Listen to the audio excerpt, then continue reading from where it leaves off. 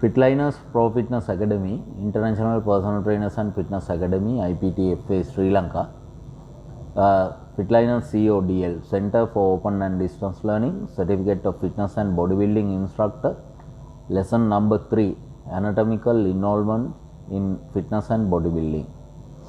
කායික ව්‍යවච්ඡේදය කාය වර්ධනය හා යෝග්‍යතාවය සඳහා බලපාන ව්‍යවච්ඡේදය ශරීරයේ ගොඩනැගිලා තියෙන්නේ කොහොමද කියන මාතෘකාව. දැන් මේ anatomy and physiology කියන මාතෘකාව එහෙම නැත්නම් කායික විද්‍යාව හා කායික ව්‍යවච්ඡේදය කියන යුනිට් එකේදී chapter එකේදී අපි මූලික වශයෙන් අවබෝධයක් ලබා ගන්න ඕන අපේ ශරීරයේ කොහොමද ගොඩනැගිලා තියෙන්නේ කියන කාරණය. ඒ කියන්නේ ක්‍රියාකාරීත්වය පිළිබඳව අධ්‍යයනය කරන විශේෂ ශාස්ත්‍රයනේ කායික විද්‍යාව කියලා කියන්නේ ෆිසියොලොජි. ඒතර ශරීරයේ ගොඩනැගිලා තියෙන්නේ කොහොමද කියන එක පිළිබඳව අධ්‍යයනය කරන විශේෂ ශාස්ත්‍රය තමයි ඇනටොමි. එතකොට දැන් මූලික වශයෙන් ශරීරයේ ගොඩනැගීම පිළිබඳ දැන් ටියුට් එකේ විස්තර වෙන්නේ මෙහෙමයි. Human anatomy is the scientific study of the body's structures. Some of these structures are very small and can only be observed and analyzed with the assistance of microscope. එතකොට දැන් ශරීරයේ ගොඩනැගිලා තියෙන විදිහ හරියටම අධ්‍යයනය කරන්න ගියාම අපිට උඩින් බලලා මතු පිටින් බලලා අධ්‍යයනය කරලා අදහසක් ගන්නවට වඩා හරියටම බලනවා නම් සෙලියුලර් ලෙවල් එකේ ඉඳන් බලන්න ඕන. එතකොට ඒක මයික්‍රොස්කෝප් එකක් අන්වීක්ෂයක් ආධාරයෙන් බලන්න ඕන කොයි විදිහටද කොහොමද පටන් ගන්න කියලා. Other large structures can readily be seen, manipulated, measured and weighted. The word anatomy comes from Greek root that means to cut apart. Human anatomy was first studied by observing the exterior of the body and observing the wounds of soldiers and other injuries. तर මේ Greek යුගයේ ඉඳන් තමයි මේ කායික ව්‍යවච්ඡේදය කියන විශේෂ ශාස්ත්‍රය ගොඩනගෙන්නේ. විශේෂයෙන්ම ඔව් අර මේ යුද්ධයට ගිය සෙබළුන්ගේ සිදුවෙච්ච තුවාල දැකලා ඒවා ඔස්සේ තමයි මේ අධ්‍යයනයන් පටන් ගත්තේ. ඉතින් විශේෂයෙන්ම මුලින්ම පටන් ගත්තේ මේ මතු පිටින් මාංශ පේශී සහ ශරීරයේ සැකස්ම ගොඩනැගිලා තියෙන්නේ කොහොමද කියන එක පිළිබඳව තමයි ඒගොල්ලන්ගේ අධ්‍යයනය යොමුනේ. නමුත් ඒ කාලේ මිනිසුන්ගේ ගොඩක් බොඩි ෆැට් පර්සන්ටේජ් එකත් අඩුයි. ඉතින් අපි දන්නවා ග්‍රීක ශිෂ්ටාචාරය තුල හම්බ වෙන පැරණි ග්‍රීක පිළිම ප්‍රතිමාවල මාංශ පේශීන් බොහොම ලස්සනට හොවා දක්වලා තියෙනවා. ඉස්මතු කරලා පෙන්නලා තියෙනවා ඒ ස්කල්ප්චර්ස් වල මේ ඔය හර්කියුලිස් වගේ චරිත දිහා බැලුවහම. ඊළඟට when a body is dissected, its structures are cut apart in order to observe their physical attributes and their relationship to one another. Dissection is still used in medical schools, anatomy courses and pathology labs in order to observe structures in living people. However, a number of imaging techniques have been developed. These techniques allow clinicians to visualize structures inside the living body such as cancerous tumor of a fractured bone. එතකොට දැන් සාමාන්‍යයෙන් මතු පිටින් අපිට පටක දිහා බලලා අඳුනා ගැනීමක් කරන්න පුළුවන්. ශරීරයේ මෙන්න සම තියෙනවා, මෙන්න පේශිය තියෙනවා, මෙන්න සම්බන්ධක පටක තියෙනවා, මෙන්න අස්තිය තියෙනවා, මෙන්න අක්මාව, මෙන්න ආමාශය, මෙහෙම බලන්න පුළුවන්. ඉතින් එහෙම බලන්න අපි දන්නවා ව්‍යවච්ඡේදය අපි කපලා බලනවා මෙඩිකල් ලැබ්ස් වල, ඒ වගේම මෙඩිකල් ස්කූල්ස් වල මේව බලනවා. ඉතින් දැන් ඒ විදිහට විතරක් බලලා බෑ. මොකද මේක මයික්‍රොස්කෝපික් ලෙවල් එකේ අන්වීක්ෂයකින් බලලා ඊටාම ගැඹුරට විහිදලා යන විදිහට මේ විශේෂ ශාස්ත්‍ර අධ්‍යයනය කරනවා. ඉතින් අපි ශාරීරික යෝග්‍යතා හා කාය වර්ධන උපදේශකවරුන් විදිහට වෘත්තීය ගමන් මාර්ගයක් වෘත්තීය ධාරිතාවයක් ගොඩනගා ගන්න යනකොට අපිට විශේෂයෙන්ම අවශ්‍ය වෙන්නේ මේ ශරීරයේ කොහොමද සැකස්ම ගොඩනැගීම කියන එක පිළිබඳව අදහසක් ගන්න මේ chapter එකේ ඒක තමයි බලාපොරොත්තු වෙන්නේ. දැන් වාගේ ටියුට් එකේ පින්තූරයක් තියෙනවා, මොලේ පින්තූරයක් දක්වනවා. ඒතර ඒක මතු පිටින් පේන විදිහේ gross microscopic anatomy and gross anatomy. එතකොට gross anatomy එකේදී large structure එකක් දිහා තමයි අපි බලන්නේ. මොලේ කියන එක ගත්තොත් ඒක මතු පිටින් පියවි ඇහැට පේන විදිහ. හැබැයි මයික්‍රොස්කෝපික් ඇනටමි එකේදී අපිට පේනවා නියුරෝන් of the cells. ඒ කියන්නේ මොලේ තියෙන ස්නායු සෛල විතරක් නෙමෙයි සෛලවල න්‍යෂ්ටිය පවා අපිට අඳුර ගන්න පුළුවන් හැකියාවක් ලැබෙනවා. එතකොට මේ ඇනටමි කියන එක විවිධ කොටස් වලට සෙග්මන්ට්ස් වලට අපි වෙන් කරලා හඳුනා ගන්නවා. ඇනටමි කියන එකේ විශේෂයෙන්ම මතක තියාගන්න ඕන කාරණේ තමයි ඔයාලා ස්ටඩි කරනකොට මේ ශබ්දමාලාව පාරිභාෂික ශබ්දමාලාව හරියට ඉගෙන ගන්න එක. එතකොට ඇනටමි කියලා කියන්නේ science that studies the form and composition of body's structures. ඊළඟට gross anatomy කියලා කියන්නේ study of the larger structures of the body typically with the unaided eye, also referred to microscopic anatomy, macroscopic anatomy. එතකොට anatomy කියලා කියන්නේ කායික ව්‍යවච්ඡේදය, ශරීරයේ ගොඩනැගිලා තියෙන්නේ කොහොමද පටකවලින්. ඊළඟට gross anatomy එකේදී අපි macroscopic anatomy කියන්නේ පියවි ඇහැයින් බලලා අඳුරා ගන්න පටක සහ ශරීර කොටස්. ඊළඟදී homeostasis කියලා තියෙනවා. ඒක සමස්තතිය කියලා අපි සිංහලෙන් ඉගෙන ගන්නවා. සමස්තතිය. Steady state of the body system that living organisms maintain. ඒක ශරීරයේ හැම තිස්සෙම එක මට්ටමක ස්වාභාවිකව විශ්ව ඥාණයෙන් දීලා තියෙන ස්වාභාවික තත්ත්වයන් යටතේ තමයි ශරීරය පවතින්නේ. උදාහරණයක් විදිහට රුධිර පීඩනය, ශරීර උෂ්ණත්වය, sugar level එක, blood sugar level එක, cholesterol level එක, triglyceride level එක, මේ හැම දෙයක්ම සමස්තයක් විදිහට තියෙනවා. පුද්ගලයන් පුද්ගලයාට වෙනස් වෙනවා. නමුත් සමස්තයක් විදිහට තියෙනවා අපේ පරිවෘත්තීය වේගය මේ හැම දෙයක්ම. මේ ඔක්කොම සමස්තයටම තමයි අපි කියන්නේ homeostasis කියලා. එහෙම නැත්නම් සමස්තතිය කියලා. ඊළඟට microscopic anatomy, study of very small structure of the body using magnification. ඒ කියන්නේ අන්වීක්ෂයක් ආධාරයෙන් ශරීරයේ ඉතා කුඩා කොටස් අධ්‍යයනය කරනවා. පටක සහ ඇතුළට ගියාම තව සෛල සහ සෛලවලත් ඇතුලේ මොනවද තියෙන කොටස්, නියුක්ලියස්, ළඟදී අපි දන්නවා නියස්ටේ පව අභ්‍යන්තරයේ DNA, RNA අපිට බලන්න පුළුවන්. Physiology කියලා කියන්නේ science that studies the chemistry, biochemistry and physics of the body function. Physiology කියලා කියන්නේ බොහෝම පුළුල් විශේෂේෂ්ත්‍රයක්. ශරීරයේ කොහොමද රසායනික විද්‍යාත්මකව, කායික විද්‍යාත්මකව, ජීව විද්‍යාත්මකව, යාන්ත්‍රිකමය විදිහට යන්ත්‍රයක් විදිහට කොහොමද ශරීරයට වැඩ කරන්නේ? මේ වගේ සම්පූර්ණයෙන්ම ශරීරයේ වැඩ කරන්නේ කොහොමද? How the body works කියන එක තමයි physiology කියලා කියන්නේ. Regional anatomy, study of the structures that contribute to specific body regions. එතකොට regional anatomy එක refer කරනවා අපි ශරීරයේ විවිධ body systems contribute to specific body regions. එක එක ශරීරයේ කොටස් දැන් අපි කියනවානේ උරස් කුහරය, උදර කුහරය, ගාත්‍රා, හිස එහෙම කියනවා වෙන් කරනවා එක එක region. අන්න ඒ වගේ. Systematic anatomy, study of the structures that contribute to the specific body systems. එතකොට විශේෂයෙන් ශරීරයේ ගොඩනැගිලා තියෙන body systems අපි මොනවද කියලා කතා කරමු. ඒ body systems වල එකින් එකට වෙනස් කොටස් මොනවද කියලා හඳුනා ගන්නකොට අපි ඒකට කියනවා systematic anatomy කියලා. What we have to study, there are 11 main systems of the human body. Those are as follows. එතකොට අපිට මූලික වශයෙන්ම හඳුනා ගන්න ඕන ඔයා මේ මට්ටමේදී ශරීරයේ පද්ධති කීයක් තියෙනවද? පද්ධති සමූහයක එකතුවකින් තමයි සම්පූර්ණ ශරීරය ගොඩනැගිලා තියෙන්නේ. එතකොට නාමික වශයෙන් අපි ගත්තොත් එහෙම මේ ටික කටපාඩමේ තියෙන්න ඕන, අනිවාර්යයෙන්ම මතක තියෙන්න ඕන. කවුරු හරි කෙනෙක් අහුවොත් එහෙම ශරීරයේ පද්ධති මොනවද කියලා මේ 11 කියන්න පුළුවන් වෙන්න ඕනේ. Circulatory system, රුධිර සංසරණ පද්ධතිය ඔයාට ඕන ලියා ගන්න පුළුවන් ටියුට් එකේම සිංහලෙන්.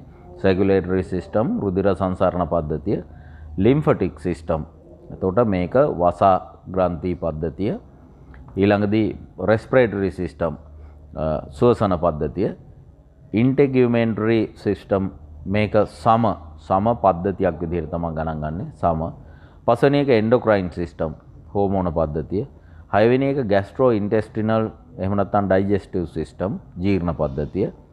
7 urinary එහෙම නැත්නම් excretory system, මෞත්‍රලිංගික පද්ධතිය. එතකොට 8 වෙනි එක musculoskeletal system.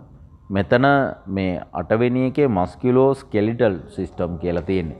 ඒ කියන්නේ muscle system plus skeletal system. මාංශ පේශී හා අස්ථි පද්ධතිය විදිහට දෙකම එකතු කරලා තමයි මෙතන තියෙන musculoskeletal system කියලා. ළඟ 9 වෙනි එක nervous system, ස්නායු පද්ධතිය. 10 වෙනි එක reproductive system, ප්‍රජනන පද්ධතිය. 11 වෙනි එක immune system, ප්‍රතිශක්තිකරණ පද්ධතිය. එතකොට මේ පද්ධති 11 මෙතන තියෙන එක පිළිබඳව විශේෂයෙන් ඔයාගේ අවධානය යොමු කරන්න ඕන. ඒ අතරිනුත් ශාරීරික යෝග්‍යතා උපදේශකවරයෙක් කායවර්ධන පුහුණුකරුවෙක් වුණාම විශේෂයෙන්ම මේයින් පද්ධති කිහිපයක් ගැන සුවිශේෂී අවධානයක් යොමු කරලා වැඩිදුරට අධ්‍යයනය කරන්න ඕන. දැන් ඔයා ඉදිරියේදී උසස් පාඨමාලාවන් කරනවා නම් ඒවා අධ්‍යයනය කරන්න පුළුවන්. මොනවද? පළවෙනි එක සර්කියුලේටරි සිස්ටම්, රුධිර සංසරණ පද්ධතිය ගැන ටිකක් වැඩිපුර අවබෝධයක් අවශ්‍යයි. රෙස්පිරේටරි සිස්ටම්, ශෝෂණ පද්ධතිය පිළිබඳ අවබෝධයක් අවශ්‍යයි. ඊළඟදී එන්ඩෝක්‍රයින් සිස්ටම්, හෝමෝන පද්ධතිය පිළිබඳ දැනගන්න ඕනේ සෑහෙන දුරකට. මොකද ශාරීරික යෝග්‍යතාවය කාය වර්ධනය කියන මාතෘකා දෙක ගත්තත් තනිකරම ඇගේ හෝමෝන පද්ධතියේ ලොකු වෙනස්කමක් සිද්ධ වෙනවා. මේ වෙනස්කම් අඳුනා ගන්න වාට හෝමෝන පද්ධතිය සහ එහි ක්‍රියාකාරීත්වය පිළිබඳ ටිකක් වැඩිපුර දැනුමක් අවශ්‍ය වෙනවා. ඊළඟදී මස්කියුලෝ ස්කෙලිටල් සිස්ටම්, අස්ථි පද්ධතිය සහ පේශී පද්ධතිය ගොඩනැගිලා තියෙන්නේ කොහොමද, මොනවද ඒ වගේ තියෙන කොටස් කියන එක පිළිබඳව ගොඩක් අපිට දැනගන්න අවශ්‍යයි. එතකොට මේ පද්ධති 5-6 පිළිබඳ ඔයාගේ විශේෂ අවධානයක් යොමු කරන්නට ඕන. ඊළඟදී අපි බලුවොත් එහෙම දැන් මේ සර්කියුලේටරි සිස්ටම් කියලා තියෙන එකේ මොනවද තියෙන විස්තරේ? When we think of and speak about the circulatory system, we are usually talking about the cardiovascular system, which include the heart and blood vessels. එතකොට cardiovascular කියනකොට මතක තියාගන්න cardio කියලා කියන්නේ heart, cardio කියන cardiac කියන වචනේ refer වෙන්නේ heart එකට. vascular කියන එක refer වෙන්නේ vessels වලට. එහෙම නැත්නම් වහනය වෙනවා ලේ නහර කියන අර්ථය. එතකොට හදවත ප්‍රධාන කොටගත් ලේ නහර පද්ධතිය තමයි මෙතන circulatory system කියලා කියන්නේ. Lymphatic system.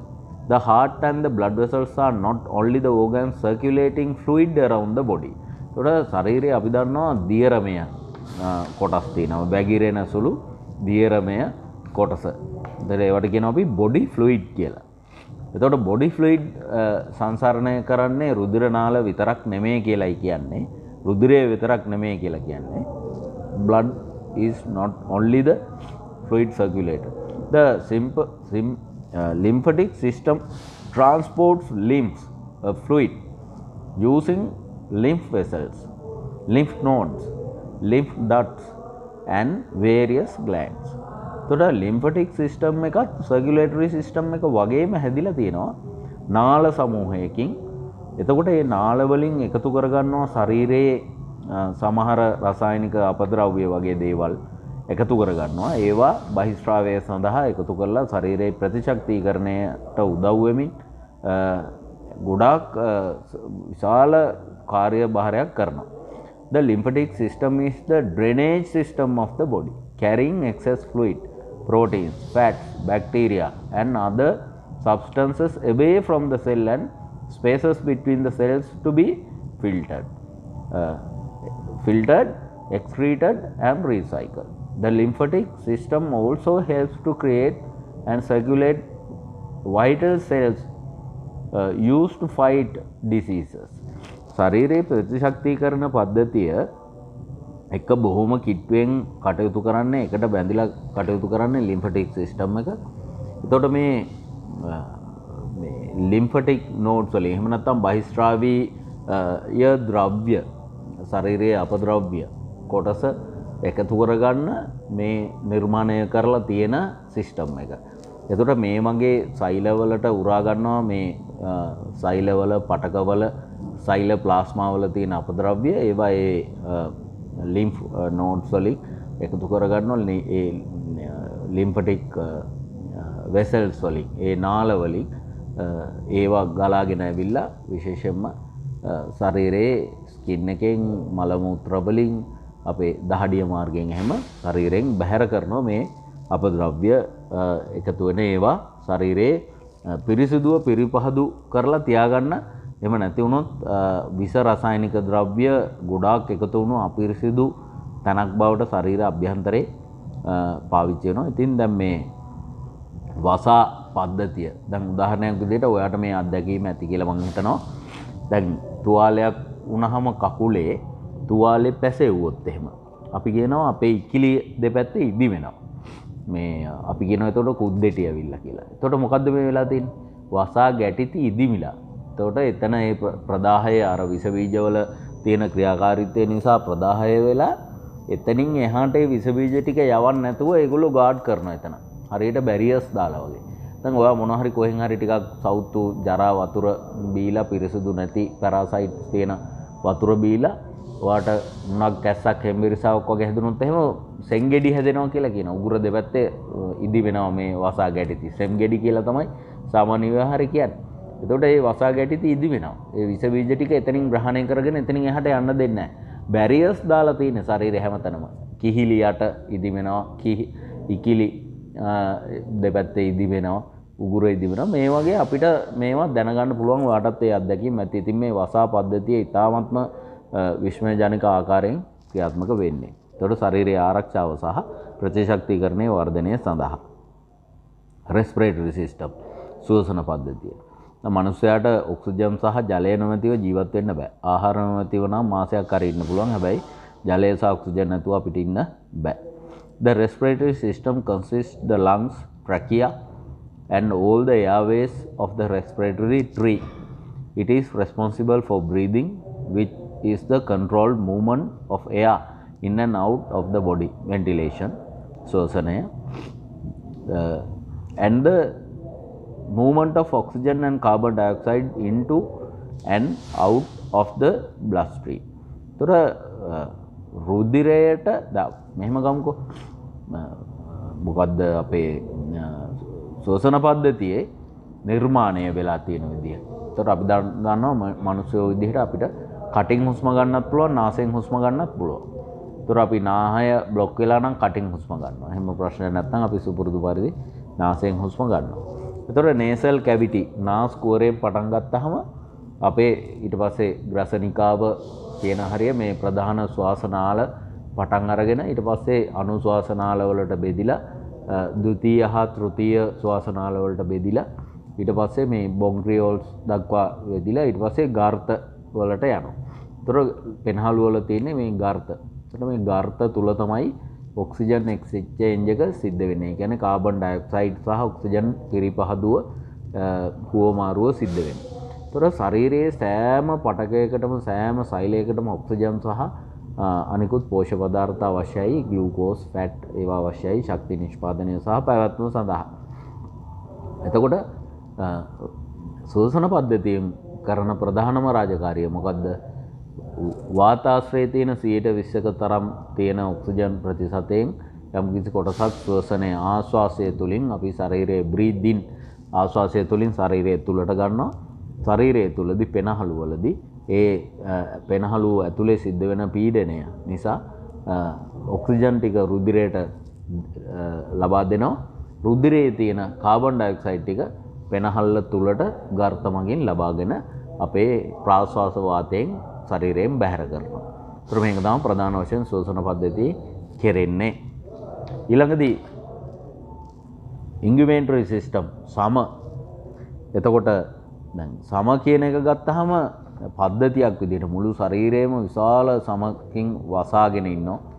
The inguinatory system is skin, which include all the sweat glands, hair follicles and plenty of nerves. The inguinatory system is unique because it is the only single organ system. Skin is both an organ and the entire organ system. එතකොට මේකේ වෙනත් කොටස් නැහැ. සම්පූර්ණ තනි පද්ධතියක් විදිහට තමයි සම තියෙන්නේ ශරීරය පුරා විවිධ thickness එකකින් සම මේ පිටලා තියෙන්නේ. මේ පිටලා තියෙන්නේ. ඊළඟදී විශේෂයෙන්ම එන්ඩෝක්‍රයින් සිස්ටම් එක හෝමෝන පද්ධතිය ගැන විශේෂ අවධානයක් යොමු කරන්න ඕනේ කියලා මම කිව්වා. මොකද අපේ ජෛව රසායනික ක්‍රියාකාරීත්වය සම්පූර්ණයෙන්ම පරිපාලනය වෙන්නේ හෝමෝන පද්ධතියේ. ඒතර හෝමෝන නිෂ්පාදනය කරන ග්‍රන්ථීන් මොනවද කියන එක අපි පිළිබඳව වැඩිදුර ඉදිරියේදී අධ්‍යයනය කරනවා. ජීර්ණ පද්ධතිය අපි මුඛයෙන් පටන් ගත්තාම ජීර්ණ පද්ධතිය මුඛයෙන් ආරම්භ වෙලා ගුද මාර්ගයේ අවසන් වෙනවා. ගුදෙන් අවසන් වෙනවා. එතකොට විශාල ශරීරයට අවශ්‍ය පෝෂක පදාර්ථ සියල්ලම අවශ්‍ය සෛලවලට උරා ගන්න පුළුවන් මට්ටමට කුඩා අංශු මාත්‍ර බවට පත් කරලා දෙන්නේ ජීර්ණ පද්ධතියෙන්. හරි බත් කෑවට, බිත්තර කෑවට ඒවා එහෙම සෛලවලට යන්න බෑ. ඒ නිසා ඒවා සෛලවලට උරා ගන්න පුළුවන් විදිහට පත් කරන එක තමයි ජීර්ණ පද්ධතියෙන් කරන්නේ. දැනට එහෙම මතක තියාගන්නකො. ඊළඟදී අපි දන්නවා අර වසා පද්ධතිය වගේම ශරීරයේ එකතු වෙන ඇමෝනියා, යූරියා, සල්ෆර්, ක්‍රියැටිනින් මේ වගේ අපද්‍රව්‍ය ශරීරයෙන් බැහැර වෙන්න ඕන විශාල රසායනික ක්‍රියාකාරකම් රසක අපද්‍රව්‍ය ශරීරයෙන් ඉවත් වෙන්න ඕන. ෆිල්ටර් එකක් තියෙනවා වකුගඩු ෆිල්ටර්ස් විදිහට ක්‍රියාත්මක කරනවා. ඉතින් යූරිනරි එක්ස්ක්‍රීටරි සිස්ටම් මෞත්‍ර ලිංගික පද්ධතියේ ක්‍රියාකාරීත්වය මෙතෙන්දී අපිට අමතක කරන්න බෑ. ශරීරයේ මූත්‍ර මාර්ගයෙන් කර සිද්ධ වෙන බහිස්රාවය. ඊළඟදී මස්කියුලෝස්කෙලිටල් සිස්ටම් එක ගැන නම් විශේෂ අවධානයක් ඕගොල්ලන්ගේ දැනටමත් ඇති. මොකද මාංශපේශී පද්ධතිය ගැන යම්කිසි අවබෝධයක්. ඉතින් අපි දන්නවා අපේ සැකිල්ල ශරීරයේ ගොඩනැගිලා තියෙන සැකිලි පද්ධතිය ස්කෙලිටල් සිස්ටම් එක. ඊට පස්සේ ඒකට ඇටච් වෙලා තියෙනවා මසල් සිස්ටම් එක. ඒ නිසා අපි මේ දෙකට කියනවා මස්කියුලෝස්කෙලිටල් සිස්ටම් එක. විශාල අස්ථි පද්ධතියක්, ශක්තිමත් අස්ථි පද්ධතියක් සහ විශාල මාංශපේශී පද්ධතියක්. එතකොට නර්වස් සිස්ටම් එකේ ක්‍රියාකාරීත්වය, ස්නායු පද්ධතියේ ක්‍රියාකාරීත්වය ගැන ගත්තහම අපි දන්නවා මොළය සහ සුෂුම්නාව ප්‍රධානයි. එතකොට අපි මේක දල වශයෙන් බෙදා ගන්නවා මධ්‍ය ස්නායු පද්ධතිය සහ පර්යන්ත ස්නායු පද්ධතිය කියලා. සෙන්ට්‍රල් නර්වස් සිස්ටම් එක එහෙම නැත්නම් මධ්‍ය ස්නායු පද්ධතිය විදිහට අපි මොළය සහ මොළයේ ක්‍රියාකාරීත්වය තමයි අපි සලකන්නේ. පර්යන්ත ස්නායු පද්ධතිය කියන එක අපි සුෂුම්නාව සහ සුෂුම්නාවෙන් අර පොල්ලත්තක් වගේ මතක ඇතිනේ O level ක්ලාස් එකේ එහෙම සයන්ස් ඉගෙන ගන්නකොට පොල්ලත්තක් වගේ දෙපැත්තට ස්නායු බෙදිලා යනවා කොඳු ඇට පෙළේ සුෂුම්නාවෙන් ශරීරයේ ගාත්‍රාවලට සහ අනිකුත් අවයව වලට පටක වලට. එතකොට මේ ස්නායු පද්ධතියේ ක්‍රියාකාරීත්වය සහ සැකස්ම. ඊළඟදී රීප්‍රොඩක්ටිව් සිස්ටම් එක මනුස්සයා එහෙම නැත්නම් තවත් ජීවි කොටසක් විදිහට වර්ගය බෝ කිරීමේ අවශ්‍යතාවය සඳහා ශරීරයට ලැබිලා තියෙනවා ප්‍රජනන පද්ධතියක්. එතකොට මනුස්සයා ස්ත්‍රී ලිංගික සහ පුරුෂ ලිංගික කියන වර්ග දෙක වෙනස් වෙන්නේ මේ ප්‍රජනන පද්ධතියෙන් අත් වශයෙන්. එන කිසිම පද්ධතියක වෙනසක් නැහැ. ප්‍රජනනේන්ද්‍රිය වල වෙනස විතරයි. පිරිමි අයට ටෙස්ටිකල්ස් සහ පීනස් එක තියෙනවා. ශිශ්නය සහ කුෂණ කෝෂ සහ ඒකට අදාළ අනිකුත් අවයව. කාන්තාවන්ගේ යෝනි මාර්ගය, ඊට පස්සේ ගර්භාෂය සහ ඩිම්බ පැලෝපිය නාල සහ ඩිම්බ කෝෂ තියෙනවා. එතකොට ඒ වගේ නිෂ්පාදනය වෙන හෝමෝන වෙනස්. ඔය වෙනස පමණයි තියෙන මනුස්සයාගේ ගැහැණු සහ පිරිමි කියන වෙනස. ඊළඟදී අපිව විවිධ රෝගාබාධ සහ විවිධ වෛරස් ආසාදන වගේ දේවල් වලින් බෝ වන සහ බෝ නොවන රෝග වලින් ආරක්ෂා වීම සඳහා ශරීරයේ ඉමියුන් සිස්ටම් එක ප්‍රතිශක්තිකරණ පද්ධතිය තියෙනවා. ඒතර ප්‍රතිශක්තිකරණ පද්ධතියේ අර වසා පද්ධතියත් එක්ක එකතු වෙලා ක්‍රියාත්මක වෙනවා. The primary organs of the immune system are lymph nodes, bone marrow, thymus, spleen. spleen කියන්නේ ප්ලීහාව කියලා වාට මතක ඇති නේද? එතකොට bone marrow සුත් මේකට අයිති වෙනවා ප්‍රතිශක්තිකරණ. ඇයි රතු රුධිර සෛල සහ සුදු රුධිර සෛල නිෂ්පාදනය වෙන්නේ කොයිද? අස්ථි පද්ධතියේ bone marrows ඇතුලේ දිග අස්ථි වල, right? ළඟදී තයිමසය ඒක ග්‍රන්ථයක් මොලේ තියෙන, ස්ප්ලීන් ප්ලීහාව, ඊළඟදී ඇඩෙනොයින්ස්, ටොන්සිල්ස් අර මං කිය සෙන්ගෙඩි කියලා, and the skin සමත් මේකට අයිති. Because of the interplay between organs from various other systems, the immune system is one of the most complicated system of all. එතකොට අධ්‍යයනය ඉතාමත්ම අපහසු සහ ඉතාමත්ම විචිත්‍ර සංකීර්ණ පද්ධතියක් තමයි immune system එක කියලා කියන්නේ. So as a student of basic anatomy and physiology, you should have a basic knowledge on following body systems, especially as a fitness and bodybuilding instructor: circulatory system, respiratory system, endocrine system, musculoskeletal system and the skeletal system. හොඳයි, දැන් අපි ස්කෙලිටල් system එකේ තියෙන මේ diagram එකට අවධානය යොමු කරමු. මේ බෝන්ස් ටික පිළිබඳව ඔයාගේ මතකය ගොඩක් වැදගත් වෙනවා. ඉදිරියේදී මේ විෂය පිළිබඳ දේවල් සාකච්ඡා කරන්න වගේම ඉදිරියේදී එන අනිකුත් පාඩම් සහ උසස් පාඨමාලාවලදී අධ්‍යයන කටයුතු සඳහා ඔයාලට ගොඩක් ප්‍රයෝජනවත් වෙනවා. එතකොට දැන් බලන්න, දැන් හිස් කබල ඉඳන් අපි ගත්තොත් එහෙම මොකද ඒකට කියන්නේ ස්කල් කියලා කියනවා. එතකොට ස්කල් කිව්වහම ඒක මතක තියාගන්න ඕන අනිවාර්යයෙන්ම ස්කල්. එහෙම නැත්නම් අපි කියනවා මේකට ක්‍රේනියම් කියලාත් කියනවා. එතකොට හිස් කබල. ඊළඟදී අපි එනවා මේ ඉදිරිපස බලාගෙන ඉන්න ස්කෙලිටන් එකේ පහළට આવොත් එහෙම rib cage කියලා තියෙනවා. ඒකේ rib cage එකේ ribs එතකොට 12 බැගින් 24ක් තියෙනවා ribs. ඊළඟදී sternum ribs කියන එකට උඩින් තියෙන sternum කියන වචනේ පපු ඇටේ. පපු ඇටය කියන එක. එතකොට මේ පපු ඇටේට උඩින් මෙතන නම් කරලා නැහැ නිකන් ටිකක් රවුම් හැඩයට පිහිටි ටිකක් ඝනකම බෝන් එකක් තියෙනවා. ඒකට අපි කියනවා manubrium කියලා. එතකොට manubrium එකට පහලින් තමයි chest bone එක එහෙම නැත්නම් sternum එක තියෙන්නේ. එතකොට sternum එකට සම්බන්ධ වෙලා තියෙනවා cartilaginous joint එකකින් ribs. ඊට පස්සේ අපි පහළට આવොත් එහෙම මේ pelvic girdle එක ශ්‍රෝණි මේකලාව උකුල් ඇටය කියලා කියන්නේ. උකුල් ඇටය කියන එකේ ප්‍රධාන කොටස් තුනක් තියෙනවා. බලන්න ileum, pubis and ischium කියලා.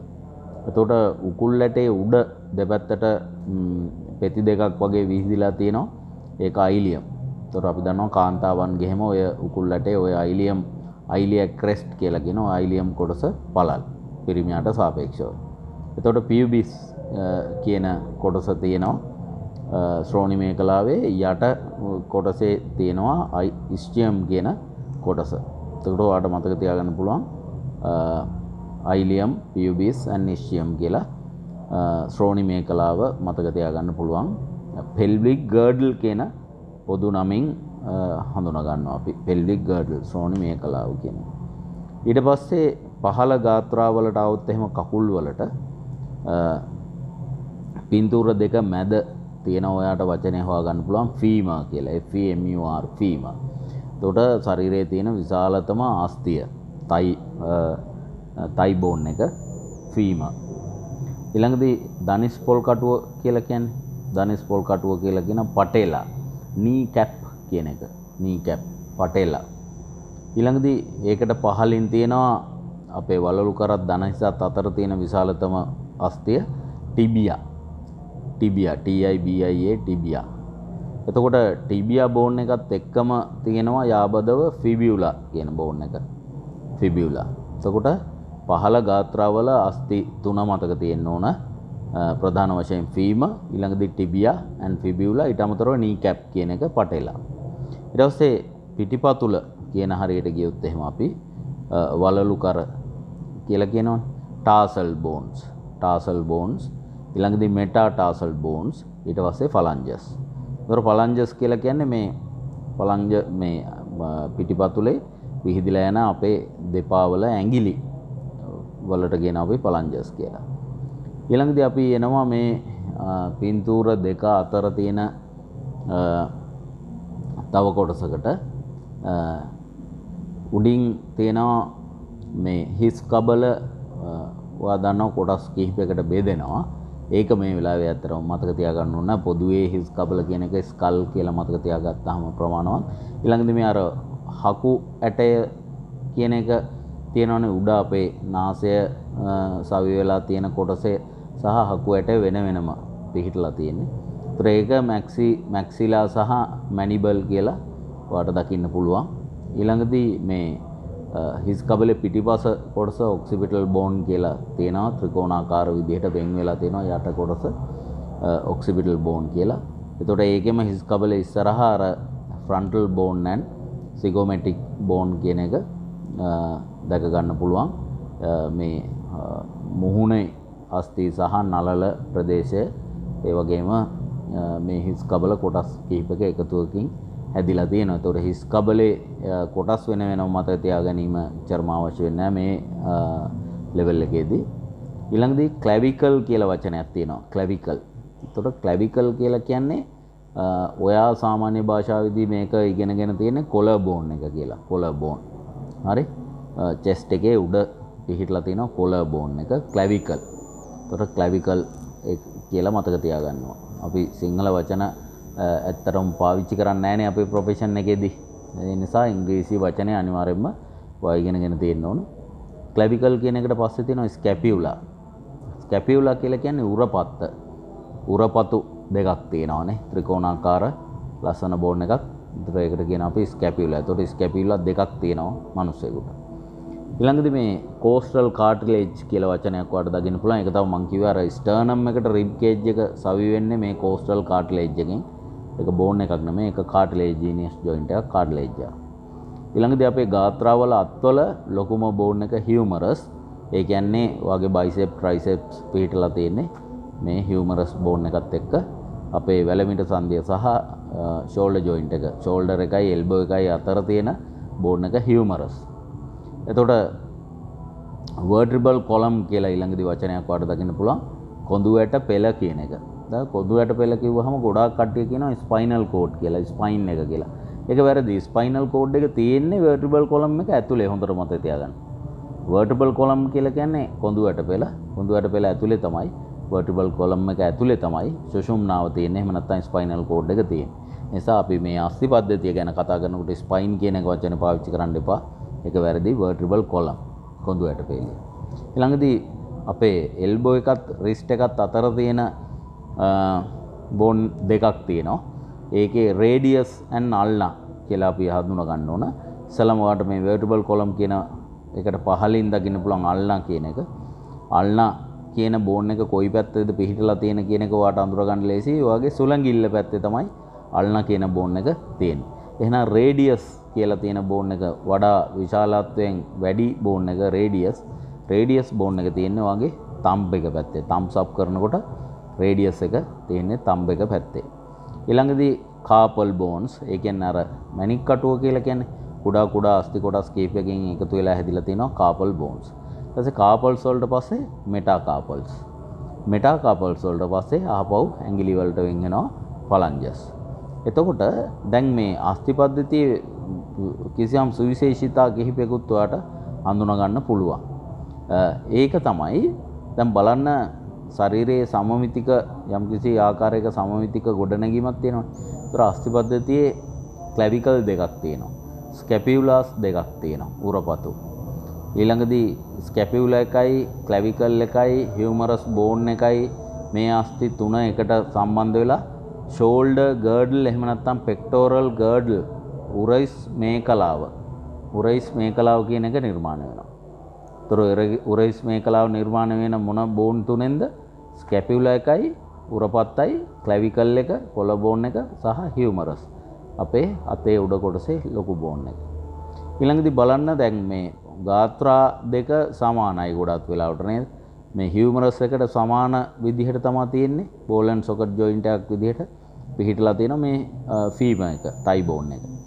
ඊට පස්සේ දැන් වැලමිට සන්ධිය වගේම තමයි නී ජොයින්ට් එකත්. එකම වෙනස වැලමිට සන්ධියේ නී කැප් එක, ඒ කියන්නේ අර පටේලා එක වගේ වෙනම අස්තියක් නැහැ. නමුත් නී ජොයින්ට් එකේ පටේලා එක තියෙනවා.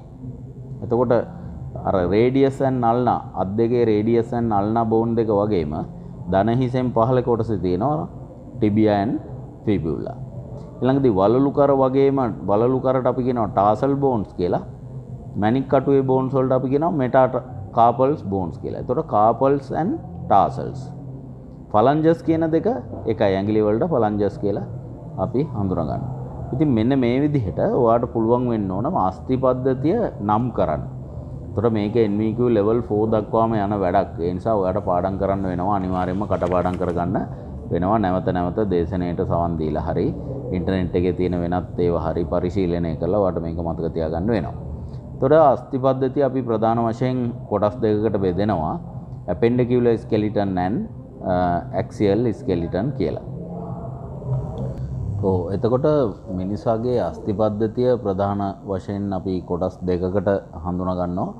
එකක් තමයි මේ appendicular skeleton, අනිත් එක තමයි axial skeleton කියන එක.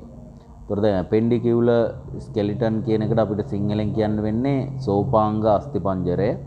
එහෙම නැත්නම් සෝපාංග අස්ථි කොටස්. එහෙම ඊළඟදී axial skeleton කියන එකට අපිට කියන්න වෙන්නේ ආක්ෂක අස්ථි පංජරය කියලා. එතකොට appendicular skeleton එකේ bones 126ක්, අස්ථි 126ක් තියෙනවා. එතකොට axial skeleton එකේ අස්ථි bones 80ක් තියෙනවා. එතකොට 126 80 එකතු වුනහම 206ක් මනුස්ස ශරීරයේ අස්ථි පද්ධතියේ තියෙනවා. ඒතර ඔයාට ඒවා නම් කරන්න පුළුවන් වෙන්න ඕන. දැන් මේකේ සටහන අනුව ඔයාට ලේසි ඒක මතක තියාගන්න. බලන්න අතේ සහ කකුලේ ඇඟිලි වලට ෆලන්ජස් කියලා කියන ෆලන්ජස් 14 ගානේ මෙතන 28ක් දක්වලා තියෙනවා. එතකොට මෙටාටාසල්ස් ඒ කියන්නේ පිටිපතුලේ පහ බැගින් 10යි. ඊළඟදී ටාසල්ස් දෙකක් තියෙනවා. පටේලා දෙකක් තියෙනවා. නී කැප් දෙකයි. ඊළඟදී ටිබියා අස්ථි දෙකයි, ෆිබියුලා අස්ථි දෙකයි, ෆීමා අස්ථි දෙකයි. ෆීමා කිව්වේ මතකද කොහෙද කියලා? තයි බෝන් එක. එතකොට පෙල්වික් ගර්ඩල් එක ශ්‍රෝණි මේකලාව අස්ථි දෙකක් හැටියට වම සහ දකුණ විදියට ගණන් ගන්නේ. එතකොට එතන අස්ථි දෙකයි. ෂෝල්ඩර් ගර්ඩල් එකේ ඒ කියන්නේ උරස් මේකලාවේ ක්ලැවිකල් එකයි ස්කැපියුලා එකයි දෙක බැගින් එතන බෝන්ස් තියෙනවා. ඊළඟදී අපර් එක්ස්ට්‍රීමිටි ඉහළ ගාත්‍රාවල තියෙනවා පලංජස් අතේ ඇඟිලි කොටස් එතන 28ක් කියලා දක්වලා තියෙනවා.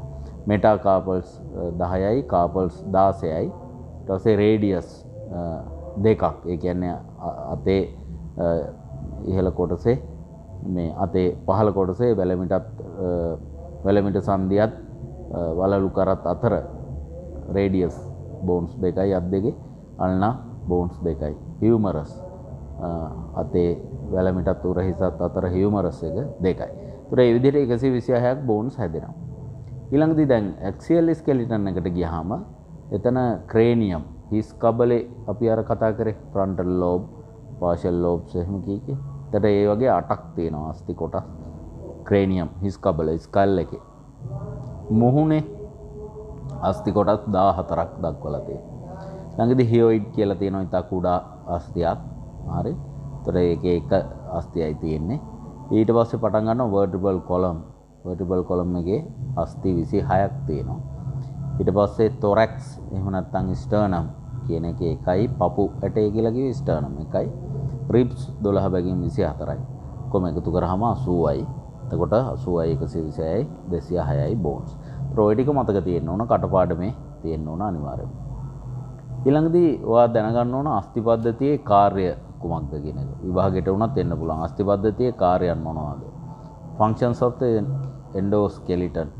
Endoskeleton කියලා කියන්නේ අපේ අස්ථි පද්ධතිය පිටතට පේන්නේ නැහැනේ. ශරීරයේ සම කියන එකෙන් සම්පූර්ණ ශරීරය වැහිලා තියෙනවා. සමට යටින් මේද පටකේ තියෙනවා. මේද පටකයට යටින් පේශී තියෙනවා. පේශීත් ඇතුලේ තමයි අස්ථි තියෙන්නේ. එතකොට ඒක අභ්‍යන්තර අස්ථි පද්ධතියක් එන්ඩෝස්කෙලිටන් එක. Support and protect for the body. ඇඟට සපෝට් කරනවා සහ ආරක්ෂාව සපයනවා. ඇඟ ඍජුව තියාගන්නවා, අපේ ඉරියව්ව පවත්වනවා. Produce blood cells in bone marrow. එතකොට අස්ථි දිග අස්ථි වල මොනවද දිග අස්ථි? ෆීමර්, ටිබියා, ෆිබියුලා, රේඩියස්, අල්නා මේ වගේ දිග අස්ථි ඇතුලේ බෝන් මැරෝස් හදනවා. බෝන් මැරෝස් වලින් අපිට බ්ලඩ් සෙල්ස් නිර්මාණය වෙනවා. අපේ බ්ලඩ් ප්ලාස්මා එක හැදෙනවා. ස්ටෝ එනර්ජි ඉන් yellow marrow. ඒතර අස්ථි ඇතුලේ අපි දන්නවා රෙඩ් මැරෝ and yellow marrow කියලා තියෙනවා. ඒතර ඒ අපේ අත්‍යවශ්‍ය ශක්තිය අවශ්‍යතාවයන් සපුරා ගන්න අවශ්‍ය වුණාම මේ yellow fat එකෙන් එනර්ජි පාවිච්චි කරනවා. ස්ටෝරේජ් එනර්ජි එකක් විදිහට yellow marrow. ඒතකොට ඒක තියෙන්නේ අස්ථි පද්ධතිය ඇතුලේ. locomotion in concert with muscles. එතකොට මාංශ පේශීන් සමග සංචරණය සඳහා උදව් වෙනවා අස්ථි පද්ධතිය. ඒතර මාංශ පේශීන් දරාගෙන ඉන්නේ කවුද? අස්ථි පද්ධතිය. ඒතර locomotion කියලා කියන්නේ සංචරණය. තනකින් තනකට මූව් වෙනවා. එහෙම නැත්නම් ඉරියව්ව අපේ චලනය. ඒතර අංග චලනයක් කරන්න බෑ අස්ථි පද්ධතියේ සහ පේශී පද්ධතියේ දෙක එකතු වෙන්නේ නැතුව. ඊළඟදී ස්ටෝ කැල්සියම් and phosphorus. તો ලේසියෙන්ම මතක තියාගන්න පුළුවන් අස්ථි පද්ධතිය හැදිලා තියෙන මොන වගේද? මේ khනිජ ලවණ වලින්. එතකොට khනිජ ලවණ වල khනිජ ලවණ නිදිය එහෙම නැත්නම් තැම්පතුව තමයි අස්ථි පද්ධතිය. ඒ නිසා අපි කියනවා store calcium and phosphorus. Calcium, phosphorus, potassium මේ වගේ මේ khනිජ රාශියක් තැම්පත් වෙලා තියෙන අස්ථි පද්ධතිය. right ඊළඟදී movement. Skeletal system provides points of attachment for muscles. Your legs and arms move when the muscles pull on the bones. එතකොට ලීවර පද්ධතියක් විදිහට තමයි අස්ථි පද්ධතිය ක්‍රියාත්මක වෙන්නේ. එතකොට මාංශ පේශී කණ්ඩරාවක් මගින් අස්ථියක එක තැනකට සංධියක සවිවලා තියෙනවා. අනිත් පේශී අනිත් කණ්ඩරාව ගිහිල්ලා හන්දියක් හරහා ගිහිල්ලා තව තැනකට සම්බන්ධ වෙලා තියෙනවා. ඒතර පේශිය ක්‍රියාත්මක වෙනකොට අස්ථි පද්ධතිය ලීවරයක් විදිහට ක්‍රියාත්මක වෙනවා. right? ලීවරයක් විදිහට ක්‍රියාත්මක වෙනවා. Support. The backbone is the main support center for the body. It holds your head up and protects your spinal cord. එතකොට vertebral column එකෙන් අපේ කොඳුයට පෙළෙන් අපේ ශරීරයේ ඍජුව තියා ගන්නවා. ඒ වගේම සුෂුම්නාවරට ආරක්ෂාව සපයනවා. Protection. The bones for your skull protect your brain. Your ribs protect your lungs and the heart from the injury. එතකොට ශරීරයේ විශේෂ සුවිශේෂී අවයව වලට ආරක්ෂාව සපයන්නේ අස්ථි පද්ධතිය. මොළය ශරීරයේ ඉතාමත් වැදගත් අවයවයක් කොටසක්. එතකොට මොළය තනිකර හිස් කබල ඇතුලේ තියෙන. එතකොට හෙල්මට් එකක් දැම්මා වගේ හිස් කබලෙන් ආවරණය වෙලා තියෙනවා. එතකොට රිබ් කේජ් එක සහ පපු ඇටේ ස්ටර්නම් එකෙන් මොනවද ආරක්ෂා වෙලා තියෙන්නේ? පෙනහළු සහ හදවතට ආරක්ෂාව සැපේනවා. ශ්‍රෝණි මේකලාව ගත්තොත් එහෙම අපේ ප්‍රජනනේන්ද්‍රයන් වලට ආරක්ෂාව සපයනවා. ඒ වගේ ප්‍රොටෙක්ෂන් එක ආරක්ෂාව සපයනවා. ඊළඟදී makes blood රුධිර සෛල නිර්මාණය කරන අස්ථි පද්ධතිය තුල ස්ටෝරේජ් එකක් විදිහට වැඩ කරනවා. ඛනිජ ලවණ තැන්පතුවක් සහ මේදය යම්කිසි ප්‍රමාණයක් සුළු වශයෙන් ගබඩා කරලා තියාගන්න ස්ටෝරේජ් එකක් විදිහට. ඒතර අස්ථි පද්ධතිය මූලික වශයෙන් මොකද්ද කරන්නේ? movement, support, protection, makes blood and storage කියන කොටස් පහ එහෙම නැත්නම් කාර්යයන් පහ ඉෂ්ට සිද්ධ කරනවා කියලා ඔයා මතක තියාගන්න ඕනේ. ඊළඟදී 4 basic bone shapes. මෙන්න මේකත් ඉතාමත්ම වැදගත්. අපි අස්ථි පද්ධතිය ගැන කතා කරගෙන ඉන්නේ. එතකොට දැන් විශේෂයෙන්ම අස්ථිවල shape එක ගැන යම්කිසි අවබෝධයක් තියෙන්න ඕන. 4 basic bone shapes. First one long bones. එහෙම නැත්නම් දිගටි අස්ථි. අත්වල කකුල් වල ඇඟිලි වල තියෙන්නේ දිගටි අස්ථි. short bones. wrist එක ankle එක වගේ කුඩා අස්ථි කිහිපයක් එකතු වෙලා හැදිලා තියෙනවා ඒ joint එක. ඒතර short bones. flat bones. පැතලි. ඒවා skull, sternum, පැතලි bones. පපු ඇටය. එතකොට හිස් කබලේ තියෙන්නේ පැතලි තුනි අස්ථි. irregular. ඒ කියන්නේ කිසි shape එකක් නැති irregular pattern එකකට තියෙන bones. spine cord එකේ කොඳු ඇට ගත්තොත් එහෙම irregular bone. ඊළඟට bone structure එක ගැන අවබෝධයක් තියෙන්න ඕනේ. ඒ කියන්නේ bone එක හැදිලා තින්නේ කොහොමද කියලා. අපි අස්ථි පද්ධතිය ගැනනේ කතා කරේ. ඒත් අස්ථි පද්ධතිය කොහොමද මේ අස්ථියක් හැදිලා තින්නේ? මොනවද අස්ථියේ තියෙන ප්‍රධානම විව්‍යුහය කොයි වගේද? එතකොට මේකේ typical 4 layers. එතකොට අපිට අපි අස්ථිය කියලා සාමාන්‍ය මිනිස්සු හිතාගෙන ඉන්නේ නිකම් වේලිච්ච දරලියක් වගේ මේ ශරීර කොටසක් තමයි අස්ථි පද්ධතිය කියන්නේ. නමුත් අස්ථි පද්ධතිය බොහොම සජීවී පටකයක්. එතකොට මේකේ layers කිහිපයක් තියෙනවා. layers 4ක්. පළවෙනි එක තමයි periosteum covers the bone. එතකොට periosteum තමයි අපිට පිටතට පේන්නේ. දැන් අපේ ඇඟේ ඇඟ ආවරණය වෙලා තියෙනවනේ සමේ. එතකොට සම තමයි අපිට පේන්න තියෙන පිටතට. ඒ වගේ අපිට මේ කනත්තකදී හරි හම්බුනොත් අස්ථියක් අස්ථියේ අපිට අතට අහුවෙන්න එහෙම නැත්නම් ස්පර්ශ කරන්න පුළුවන් periosteum. ඊළඟදී compact bone එක lies beneath the periosteum. periosteum කියන ඒ layer එකට යටින් තියෙන්නේ මොකද්ද? compact bone එක. ඊළඟදී spongy bone එකක් තියෙනවා. spongy bone එකක් සයුරාස්තිය lies beneath the compact bone. එතකොට ඉතාමත්ම තද පටකයක් විදියට periosteum තියෙනවා. periosteumට යටින් compact bone එක තියෙනවා. compact bone එකට යටින් spongy bone එක තියෙනවා. spongy bone එකට යටින් bone marrows තියෙනවා. එහෙනම් bone marrow කියලා කියන්නේ කුහරයක් ඇතුලේ තියෙන යම්කිසි ද්‍රව්‍යයක් ජෙල් එකක් වගේ bone marrows. එතකොට ඔයා මස් කඩේකට ගිහිල්ලා ඔය මස් කටු ටිකක් ඔය දිගටි මසල්ස් හරකෙකුගේ හරි ඌරෙකුගේ හරි වෙලුවෙකුගේ හරි ඔයා එහෙම නැත්නම් ඔයා ගෙදර ගේන කුකුල් චිකන් වල කුකුල් මස් වල හරි ලොත් එහෙම එක දකින්න පුළුවන්. එතකොට ඔයාගේ ටියුට් එකෙත් ඒක දාලා තියෙනවා පස්වෙනි පිටුවේ බලන්න. අර ස්පොන්ජි කම්පැක්ට් බෝන් එක කොහොමද තියෙන්නේ, ස්පොන්ජි බෝන් එක කොහොමද තියෙන්නේ සහ මේ බෝන් මැරෝස් ඒ කැවිටි එක කුහරයක් වගේ තියෙනවා. අස්තිය දෙකට කැපුවාම මැදින් පැලුවාම බලන්න පුළුවන් කුහරයක් වගේ තියෙනවා ඇතුලේ බටයක් වගේ. එහෙනම් ඒ බටේ පිරලා තියෙන්නේ මොනවගේද? බෝන් මැරෝස් වලින්. yellow and red bone marrows වලින්. එතකොට ස්පොන්ජි ඕගන් එකක් විදියට ඔයාලට දකින්න පුළුවන් ඒතර මේවා ඉන්ටර්නෙට් එකේ තියෙනවා. අට Google එකෙන් මේ ඉමේජස් වඩා හොඳට බලන්න පුළුවන්. ඊළඟට කාට්රිජ් කියන එක ගැනත් අපි සම්බන්ධක පටකයක් විදිහට අස්ථි පද්ධතියේ ඉගෙන ගන්නවා. එතකොට දැන් මේ අස්ථි පද්ධතිය කොහොමද සවි වෙලා තියෙන්නේ? අස්ථි පද්ධතිය සවි වෙලා තියෙන්නේ කොහොමද? එතකොට දැන් අස්ථි දෙකක් නිකන් වියලි දර කැබලි දෙකක් ලී කෝටු දෙකක් කියලා හිතුවොත් එහෙම මේ දෙක එකට කිට්ටු කරාට සම්බන්ධ වෙන්නේ නැහනේ. ඉතින් එහෙනම් කොහොමද මේ දෙක සම්බන්ධ කරන්නේ? ඉතින් අපි සාමාන්‍යයෙන් ලණුවක් හරි පටියක් හරි අරගෙන මේ දෙක එකට ගැට ගන්නවා. ඒ වගේ අස්ථි දෙකක් එකට සම්බන්ධ කරන්නේ මොකෙන්ද? ඒකට අපි කියනවා අස්ථි බන්ධනී කියලා. ලිගමන්ට්. ඉංග්‍රීසි වලින් කියනවා ලිගමන්ට් කියලා. අස්ථි බන්ධනී.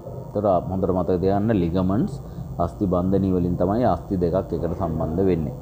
ඒතර පේශි පද්ධතිය අස්ථි පද්ධතියට සම්බන්ධ වෙනවා. කොහොමද පේශි පද්ධතිය සම්බන්ධ වෙන්නේ අස්ථි වලට? එහෙනම් කණ්ඩරාවකින් තමයි අස්ථි පද්ධතියට සම්බන්ධ වෙන්නේ. කණ්ඩරාවක්. ටෙන්ඩන් එකක් කියලා කියනවා. Muscle tendon. Muscle tendon and bone ligament. හරි. එතකොට මේ අස්ථි දෙකක් අතර ඝර්ෂණය අඩු කරන්න ගෙවී යාම අඩු කරන්න තියෙනවා පෑඩ් එකක්, ජෙල් පෑඩ් එකක් වගේ. ඒකට අපි කියනවා කාට්රිජ් කියලා. Cartilage tissue consists of chondrocytes, cartilage cells ඒ කියන්නේ chondrocytes in a matrix of collagen protein. Cartilage is tough, flexible material that pads joint and found in the nose and ears. තොර අස්ථි දෙකක් අතර cartilage තියෙනවා. අස්ථියට සවි වෙලා බලන්න පුළුවන් සුදු පාටට. දැන් ඔයාලට ඔය කුකුල් මාස් එහෙම ගෙදර ගෙනාවම පොඩ්ඩක් අධ්‍යයනය කරන්න. ඒ cartilage ඒ බෝන් මැරෝස් වගේ දේවල් ඔයාලට දකින්න පුළුවන්. ඒ සතුන්ගේ අස්ථි වලත්. ඉතින් කාට්රිජ් ඒ විදිහට අධ්‍යයනය කරලා බලන්න පුළුවන්. නිකන් අපිට හැපුණොත් එහෙම ඔය ආහාරයට ගන්නකොට නිකන් ප්ලාස්ටික් කෑලි හැපෙනවා වගේ නේද? අපිට මේ ඒක දැක ගන්න පුළුවන් සුදු පාටට. ඊළඟදී බෝන් ටිෂු එක. එතකොට bone is made up of bone cells in a matrix of collagen and minerals. 3 type of bone cells: osteocytes, osteoblasts and osteoclasts. Looking at this arrangement, can you see why bone and cartilage make long time to heal? එතකොට දැන් අස්ථි පද්ධතියේ සැකස්ම හරිම විස්මයජනකයි. අපි දන්නවා අස්ථියක් ඉතාමත්ම දැඩි පහරකට ලක් වුණොත්, අනතුරකට ලක් වුණොත් පුපුරා යෑමක්, බිඳී යෑමක්, කුඩු වෙන්න, දෙකට කැඩෙන්න පවා පුළුවන්. ඉතින් මේ අනතුරු අවම වෙන්න තමයි සබහාදහමෙන් අපිට මේවා නියමාකාරයට නිර්මාණය කරලා දීලා තියෙන්නේ. එතකොට අස්ථිවල තියෙන සෛලවලට අපි කියනවා ඔස්ටියෝසයිට්ස් කියලා. අස්ථියක් බිඳුනහම ඒක නැවත පුනරුත්ථාපනය වෙන්නේ, ඒක නැවත ගොඩ නැගෙන සෛලවලට අපි කියනවා ඔස්ටියෝබ්ලාස්ට්ස් කියලා සහ ඔස්ටියෝකාස්ට්ස්. එතකොට ඒ වගේන් තමයි මේ සෛලය එහෙම නැත්නම් අස්ථිය නැවත ගොඩනගන්නේ. ඒ නිසා අස්ථියක් බිඳුනහම ඒ බිඳුන මොහොතේ ඉඳන්ම අස්ථිය නැවත ගොඩනගෙන්න කටයුතු කරනවා. ස්වභාව ධර්මයෙන්ම ඒ අනතුර නැවත යථා තත්ත්වයට පත් කරගන්න අස්ථි පටකයට සිද්ධ වෙච්ච හානිය නැවත පුනරුත්ථාපනය කරගන්න මේ ඔස්ටියෝකාස්ට්, ඔස්ටියෝබ්ලාස්ට් පාවිච්චි කරලා අස්ථිය නැවත ගොඩනගනවා. නමුත් ඒ සඳහා වැඩි කාලයක් යනවා. මොකද ඛනිජ ලවණ වලින් මේක නැවත පුනරුත්ථාපනය කරගන්න අවශ්‍යයි. ඒ නිසා සම හෝ පේශිය වගේ ඉක්මනට රිකවර් වෙන්න අස්ථියක් බිඳුනොත් ඒ සඳහා ටිකක් වැඩි කාලයක් ගත වෙනවා. ඒ වගේම තමයි අස්ථියක් ඉතාමත්ම සජීවී පටකයක් කියලා අපිට දැනගන්න තියෙන හොඳම ක්‍රමයක් තමයි යම්කිසි අනතුරක් වෙලා අස්ථියක හෙයාලයින් ක්‍රැක් එකක්, පොඩි ක්‍රැක් එකක්, පොඩි බිඳීමක්වත් වුණොත් එහෙම අපිට අධික වේදනාවක් දැනෙනවා. ඒ වගේම තමයි ඉදිමෙනවා. ඒ වේදනාවත් සෑහෙන දවසක් තියෙනවා. එතකොට ස්ට්‍රක්චර් පස්වෙනි පිටුවේ අපි කතා කරන්නේ structure compact bone, outer layer of bone very hard and dense, organized in structural units called Hevesine systems. Matrix is composed of calcium salts, calcium carbonate and calcium phosphate. Osteocytes, living bone cells that lives in matrix. तो ඔයාලට දකින්න පුළුවන් මේ පහළ පින්තූරේ කොහොමද මේ matrix සම්බන්ධ වෙලා තියෙන අනිච්චකින් බැලුවම අස්ථියක සෛල කොහොමද පිහිටලා තියෙන්නේ කියන එක. එතකොට pharaohs එහෙම නැත්නම් මේ spongy bone කියන එක located in the end of the long bones. many space that are filled with red bone marrow which produce blood cells. තන මේ සවිවර අස්තිය තුල රතු පාට අපි කියනවා මේ විවර තුල රතු පාට බෝන් මැරෝස් නිෂ්පාදනය වෙනවා කියලා. ඊළඟදී bones may made up of a compact bone tissue, spongy bone and marrow cavity කියලා අපි ඉගෙන ගත්ත අස්තියේ මේ කොහොමද නිර්මාණය වෙලා තියෙන්නේ කියලා. අල්තරනදී අස්ති පද්ධතියට වැළඳෙන ප්‍රධානතම රෝගී තත්ත්වයක් තමයි osteoporosis කියලා කියන්නේ. Osteoporosis is loss of bone mass leading to brittle bones. එතකොට මේ ඊ타ත්ම dense ඊ타ත්ම ඝනත්වයෙන් අධික බොහොම ශක්තිමත් ස්ට්‍රක්චර් එකක් විදිහට තියෙන මේ අස්තිය වල තියෙන මේ කැල්සියම් කණිජ දියවේවි රුධිරයට එකතු වෙලා ශරීරයේ අනිකුත් කාර්යය සඳහා පාවිච්චි කරනවා සහ පාවිච්චි නොවී තියෙන ඒවා මූත්‍ර මගින් මල මූත්‍ර මගින් අපද්‍රව්‍ය වශයෙන් පිට වෙනවා කැල්සියම්. එතකොට දැන් මේ අස්ති පද්ධතියේ තියෙන ඝනත්වය අඩු වෙනවා. ඒතර ඔයාලට මේ පින්තූරයෙන් බලන්න පුළුවන් normal bone එකක කොහොමද මේ අස්තිය තියෙන්නේ මේ කැල්සියම් කොහොමද ගොඩ නැගිලා තියෙන්නේ කියලා. osteoporosis හැදුනහම පේනවා විශාල වශයෙන් දිය වෙලා ගිහිල්ලා ඒ ස්ට්‍රක්චර් එක අස්තියේ ඝනත්වය හොඳටම අඩු වෙලා. ඉතින් කාන්තාවන්ගේ එහෙම උකුල් ඇටේ බිඳලා යනවා මේ වගේ වුණාම. ඉතින් ඒ නිසා අස්ති පද්ධතියට තියෙන දැවැන්ත ප්‍රශ්නයක් තමයි මේක. එතකොට ඒ සඳහා වයස ඒජ් එක බලපානවා, lack of calcium and vitamin D සහ කැල්සියම් ප්‍රමාණය බලපානවා. එතකොට පුජ්‍යලයකගේ අස්ති පද්ධතියේ ඝනත්වය අඩු වීම සඳහා බලපාන සාධක මොනවද කියලා ඇහුවොත් එහෙම අපිට කියන්න පුළුවන් ඒජ් වයස්ගත වීම වැඩි වෙනකොට අස්ති පද්ධතියේ ඝනත්වය අඩු වෙන්න පුළුවන්. lack of calcium and vitamin D සහ කැල්සියම් බහුල ආහාර ගත්තේ නැත්නම් යම් කිසි කෙනෙක් එයාට ඒ කණිජ ශරීරයට නොලැබී යනවා.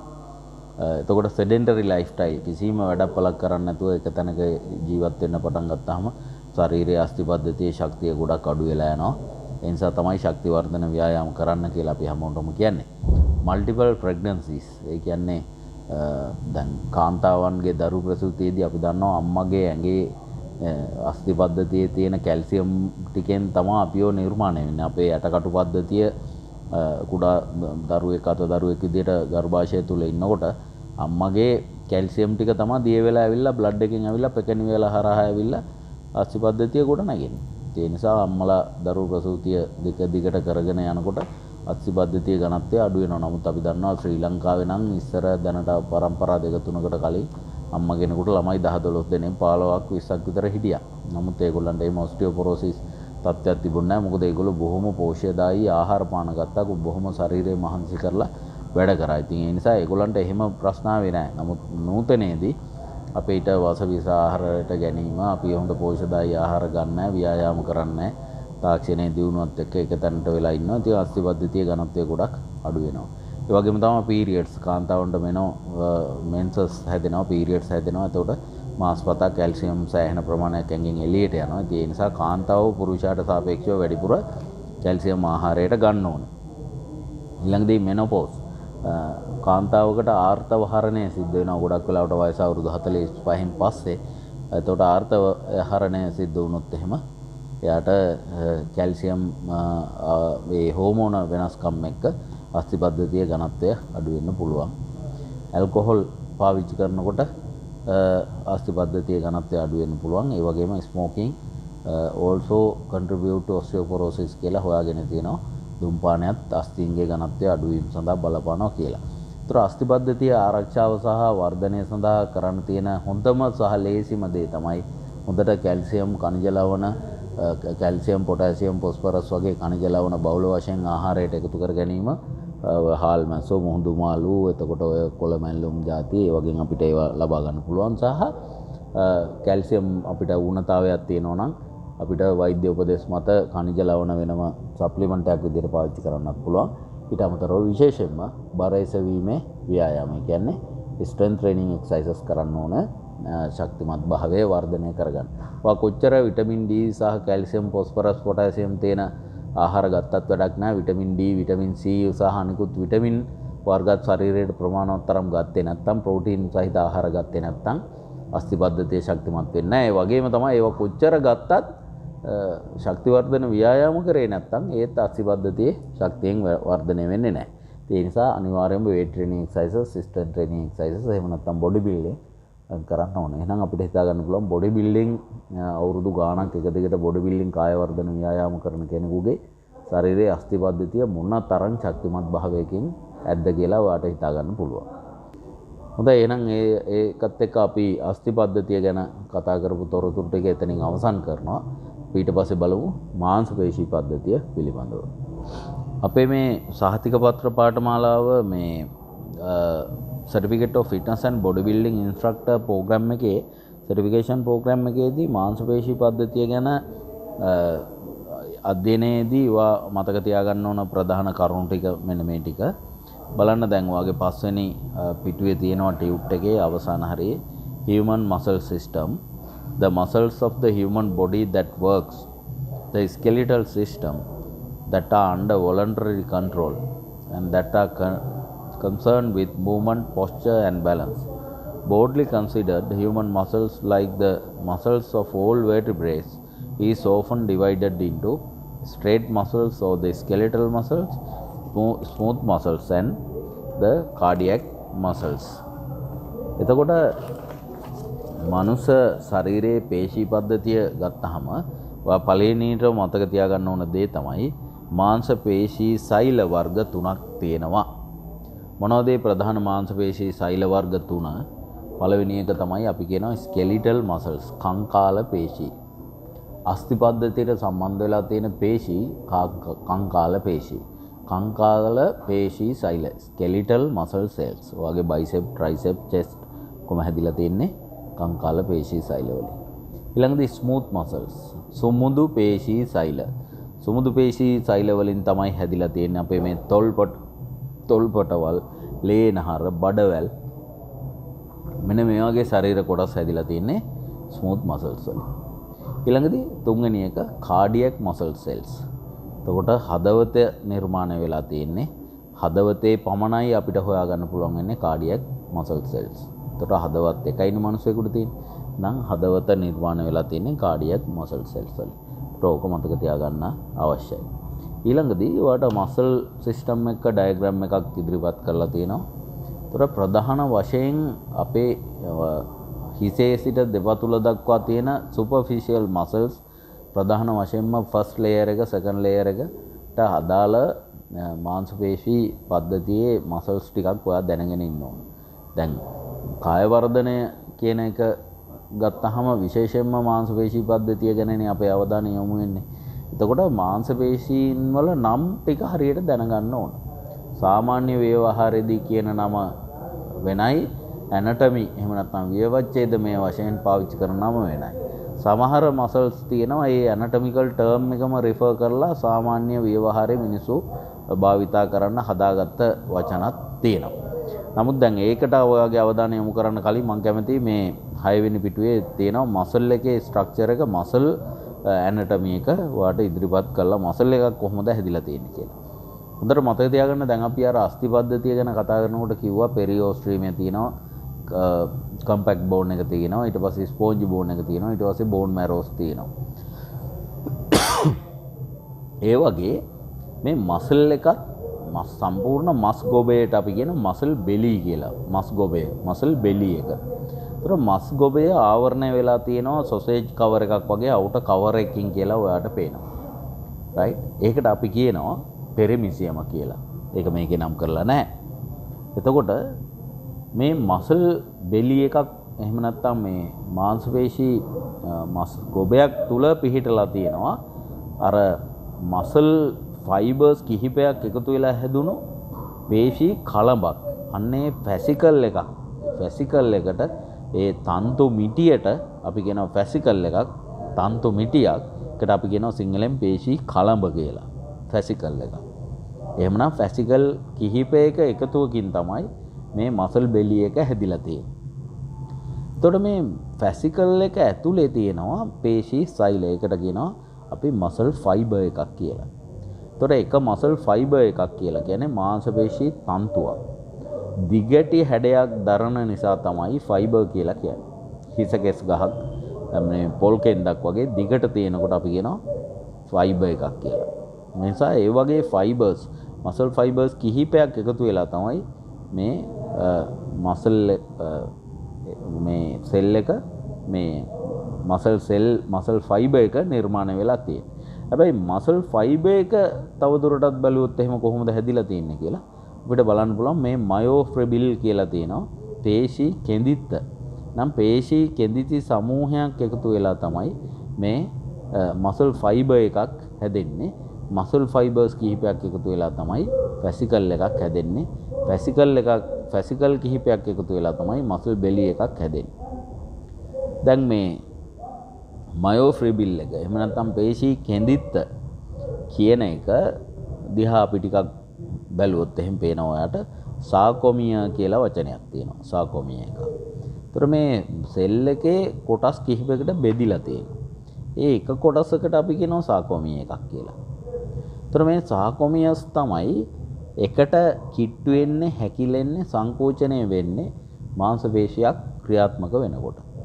ඒ වගේම තමයි ඔයාලට දකින්න පුළුවන් මේ සාකොමිය එකක් ඇතුලේ තියෙන ඇක්ටින් සහ මයොසින් කියලා තවත් කොටස් දෙකක් ටිකක් ෂේප් එක වෙනස් ප්‍රෝටීන් කොටස් දෙකක්. අපි දන්නවා මාංශ පේශී පද්ධතිය නිර්මාණය වෙලා තියෙන්නේ ප්‍රෝටීන් වලින්. එතකොට මේ මසල් සෙල් එක මසල් ෆයිබර් එක සම්පූර්ණයෙන්ම ප්‍රෝටීන් වලින් තමයි නිර්මාණය වෙලා තියෙන්නේ. එතකොට මේ ෆැසිකල් එකක් එහෙම නැත්නම් මසල් බෙලි එකක් වටේ තියෙනවනේ මේ කනෙක්ටිව් ටිෂු එකක්. ඒ කියන්නේ මේක අර සොසේජ් එක වගේ රැප් කරලා තියෙන්නේ. අර සොසේජ් එකේ තියෙන මස් ටික එළියට එනවා, ඒක කැඩෙනවා අර සොසේජ් එකේ අවුටර් කවර් එක තිබුණ නැත්තම්. අන්න ඒ වගේ මේ මසල් බෙලි එකේ වටේ තියෙන පෙරියෝස්ට්‍රියම ඊළඟදී මේ පෙරියෝස්ට්‍රියම් කියලා කියනවා. ඊට පස්සේ මේ පෙරියෝස්ට්‍රියම් අපි කතා කරේ අස්ථි පද්ධතියනේ. මේ පෙරිමිසියම් කියන එක තියෙනවා. ඊට පස්සේ එන්ඩෝමිසියම් කියන එක තියෙනවා. ඉතින් මේවා මේ හැදිලා තියෙන කොලජන් ෆයිබර්ස් වලින් සහ වෙනත් ප්‍රෝටීන් කොටස් වලින් ඒ අවශ්‍ය ශක්තිය පේශියට ලබා දෙන්න. එහෙම නැත්නම් පේශියට කිසි ශක්තියක් නැහැ. එතකොට දැන් ඇක්ටින් සහ මයොසින් පේශියේ කෙළවරටම ගියොත් මේ පේශීය සූත්‍රිකාවක් එහෙම නැත්නම් මයෝෆයිබ්‍රිල් එකක් පේශී සූත්‍රිකාවක අපි බැලුවොත් එහෙම ඇක්ටින් සහ මයොසින් කියන කොටස් තියෙනවා. ඒ වගේම එකතු වෙලා සාකොමිය හැදිලා තියෙනවා. මයෝෆිබ්‍රිල් එකක් පේශී කෙඳිත්තක්. පේශී කෙඳිති සමූහයකින් මසල් ෆයිබර් එකක් හැදිලා තියෙනවා. මේ මසල් ෆයිබර් එක ගොඩක් එකතු වෙලා ෆැසිකල් එකක් සහ ෆැසිකල් ගොඩක් එකතු වෙලා මසල් බෙලි එකක් හැදෙනවා. මේ ස්ට්‍රක්චර් එක හැම වෙලේම හොඳට තමන්ගේ ඔළුවේ තියෙන්න ඕන. මීට වඩා ගොඩක් විස්තීර්ණ විචිත්‍ර ඔයාට මේ ඉමේජස් ඔයාට Google එකෙන් ඩවුන්ලෝඩ් කරගන්න පුළුවන්. ඒවත් අධ්‍යයනය කරන්න. මේ මූලික ස්ට්‍රක්චර් එක මතක තියාගන්න. මොකද මසල් හයිපර්ට්‍රොෆි මාංශපේශී අධිවර්ධනය ගැන එහෙම කතා කරද්දී අපිට අනිවාර්යයෙන්ම මේ ස්ට්‍රක්චර්ස් මතක තියාගන්න වෙනවා. හොඳයි, ඊළඟදී මාංශපේශී පද්ධතියේ ප්‍රධානම පේශී අපි ගත්තොත් එහෙම අපි පොඩ්ඩක් බලමු හිස සිට දෙපතුල දක්වා තියෙන ප්‍රධාන පේශීන් ටික මොනවද කියලා. දැන් සරල මේකේ තියෙන ඔක්කොම කඩපාඩම් කරගන්න පුළුවන් නම් මතක තියාගන්න පුළුවන් නම් හොඳයි. නමුත් මම මේ කියන පේශීන් ටික විශේෂයෙන්ම ඔයා මතක තියාගන්න ඕනේ, අධ්‍යයනය කරන්න ඕනේ. දැන් ගෙල දෙපස බෙල්ලෙන් පටන් ගත්තොත් එහෙම බෙල්ලේ දෙපැත්තේ තියෙනවා ටිකක් මස්කොබ දෙකක්.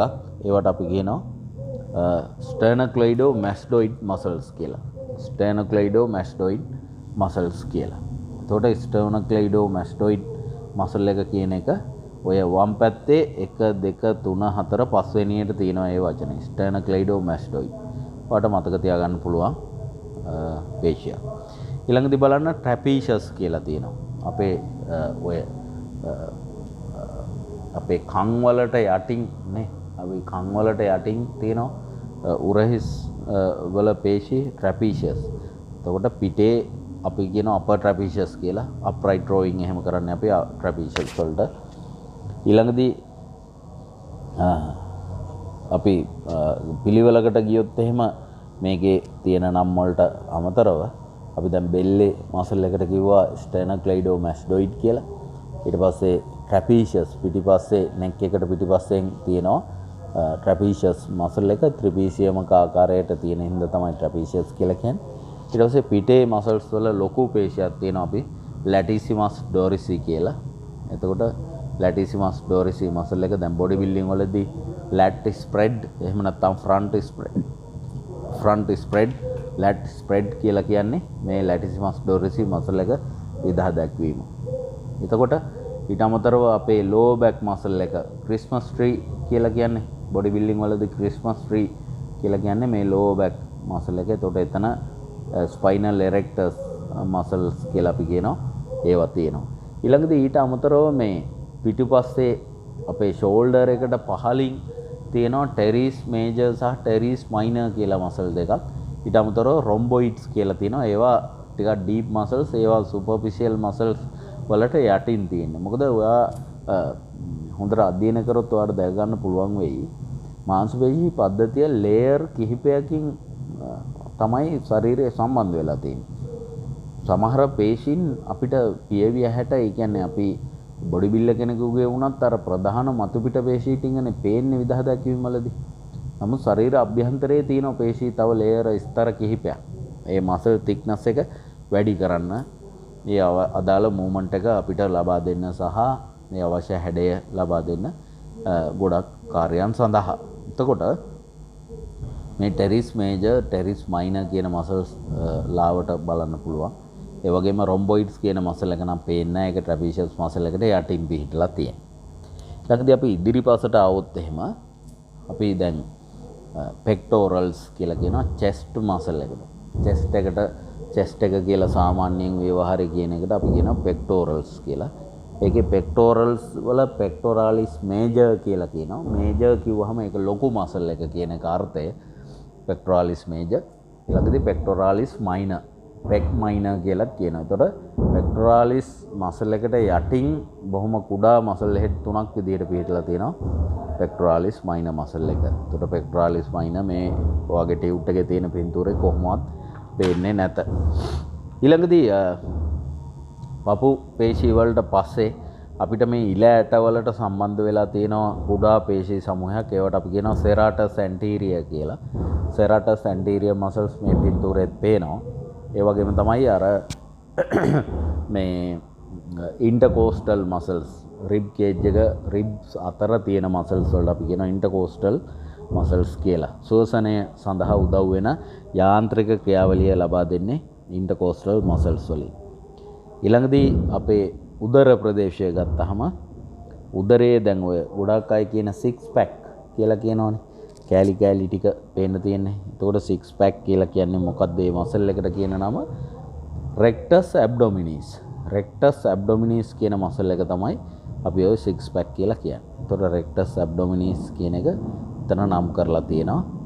ඊළඟදී ඉනේ දෙපැත්තේ අපිට අල්ලලා බලන්න පුළුවන් පේශිය තමයි external oblique කියලා කියන්නේ. external oblique muscle එක. ඊට යටින් තියෙනවා internal oblique muscle එක. ඊටත් යටින් තියෙනවා transversus abdominis. එතකොට එළියට පේන්නේ කාය වර්ධන ක්‍රීඩකයෙක් abdominal thighs abdominals with thighs කියලා pose එක පෙන්වනකොට එයා side crunch එකක් කරලා පෙන්වන්නේ ඒ intercostal muscles ඊළඟදී serratus anterior muscles සහ එයාගේ external oblique muscle එක තමයි පෙන්වන්නේ. ඊළඟදී උදරේ පේශීන් ඒ නිසා මතක තියාගන්න abdominal muscles කිව්වහම අර upper abs lower abs sides කියලා තුනකට area තුනකට බෙදෙනවා වගේම තමයි මේ rectus abdominis six pack rectus abdominis muscle එක ඊළඟදී external oblique internal oblique transversus abdominis කියලා කොටස් තුනක් තියෙනවා කියලා ඒ obliques muscle තුනයි ඉස්සරහා abdominal muscle එක rectus abdominis එකයි හතරයි muscle layers හතරක් තියෙනවා. ඊළඟදී අපි පහළට આવොත් thigh muscle එක ඉදිරිපස thigh muscle එකට අපි කියනවා quadriceps කියලා. quadriceps කියලා කියන්නේ මස් ගොබ හතර එකට එකතු වෙලා හැදිලා තියෙනවා කියන අර්ථය. quadriceps four headed muscle කියන එක තමයි ඒකේ අර්ථය. quadriceps quad කියන්නේ හතරනේ. එතකොට bi කියන්නේ දෙකයි, tri කියන්නේ තුනයි, quad කියන්නේ හතරයි. එතකොට quadriceps මොනවද මේ quadriceps? එතකොට අපි අපේ තයි එකේ ඇතුල් පැත්ත ඉන තයි පැත්තේ ඉස්සරහා තියෙනවා ඒකට කියනවා අපි vastus medialis කියලා. බලන්න ටියුට් එකේ තියෙනවා vastus medialis muscle එක. ඊට පස්සේ ශරීරයෙන් එළිය පැත්තට තියෙනවා vastus lateralis muscle එක.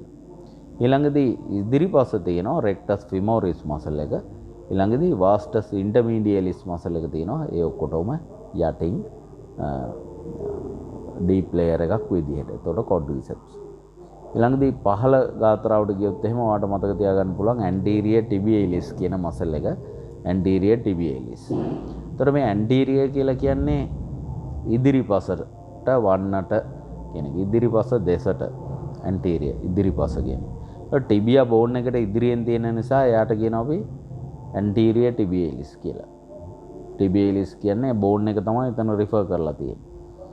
එතකොට මේ මසල්ස් වල නම් කොහොමද හැදිලා තියෙන්නේ කියලා ඔයා බැලුවොත් එහෙම ටිකක් රටාවක් අල්ලගන්න පුළුවන්. දැන් බලන්න මේජර් කියලා කියනවා ප්‍රධාන පේශිය. ඊළඟදී මැක්සිමස් කියලා කියනවා ටිකක් විශාලත්වයෙන් වැඩි එකට. ඒතර මැක්සිමස් කියලා තියෙනවා නම් මිනිමස් කියලා එකකුත් තියෙන්න ඕන. මැක්සිමස් and මිනිමස් විශාල සහ කුඩා.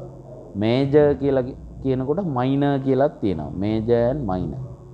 ඊළඟදී ඇන්ටීරියර් කියලා තිබුණොත් පොස්ටීරියර් කියලා තියෙනවා. ඉදිරිපස තියෙනවා නම් පිටිපසත් තියෙනවා. ඇන්ටීරියර් and පොස්ටීරියර්.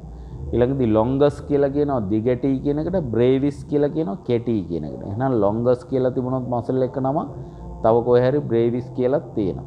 ඉතින් අන්න ඒ වගේ රටාවකුත් තියෙනවා අඳුර ගන්න පුළුවන්. ඒ නිසා පේශියක සමහර වෙලාවට නම හැදිලා තියෙන්නේ. ඒ පේශිය සම්බන්ධ වෙලා තියෙන අස්තිය මොකද්ද? එක්ක ජොයින්ට් එක මොකද්ද? එහෙම නැත්නම් පිහිටලා තියෙන දිශාව මොකද්ද? එහෙම නැත්නම් ශරීරයේ කොයි පැත්තේද පිහිටලා තියෙන්නේ? ඇන්ටීරියර්ද පොස්ටීරියර්ද? ඒ කියන්නේ ඉදිරිපසද පිටිපසද? අන්න ඒ විදිහට මේවා මතක තියාගන්න ලේසි. ඒ නිසා පොඩ්ඩක් විමසිල්ලෙන් බලන්න ඕන.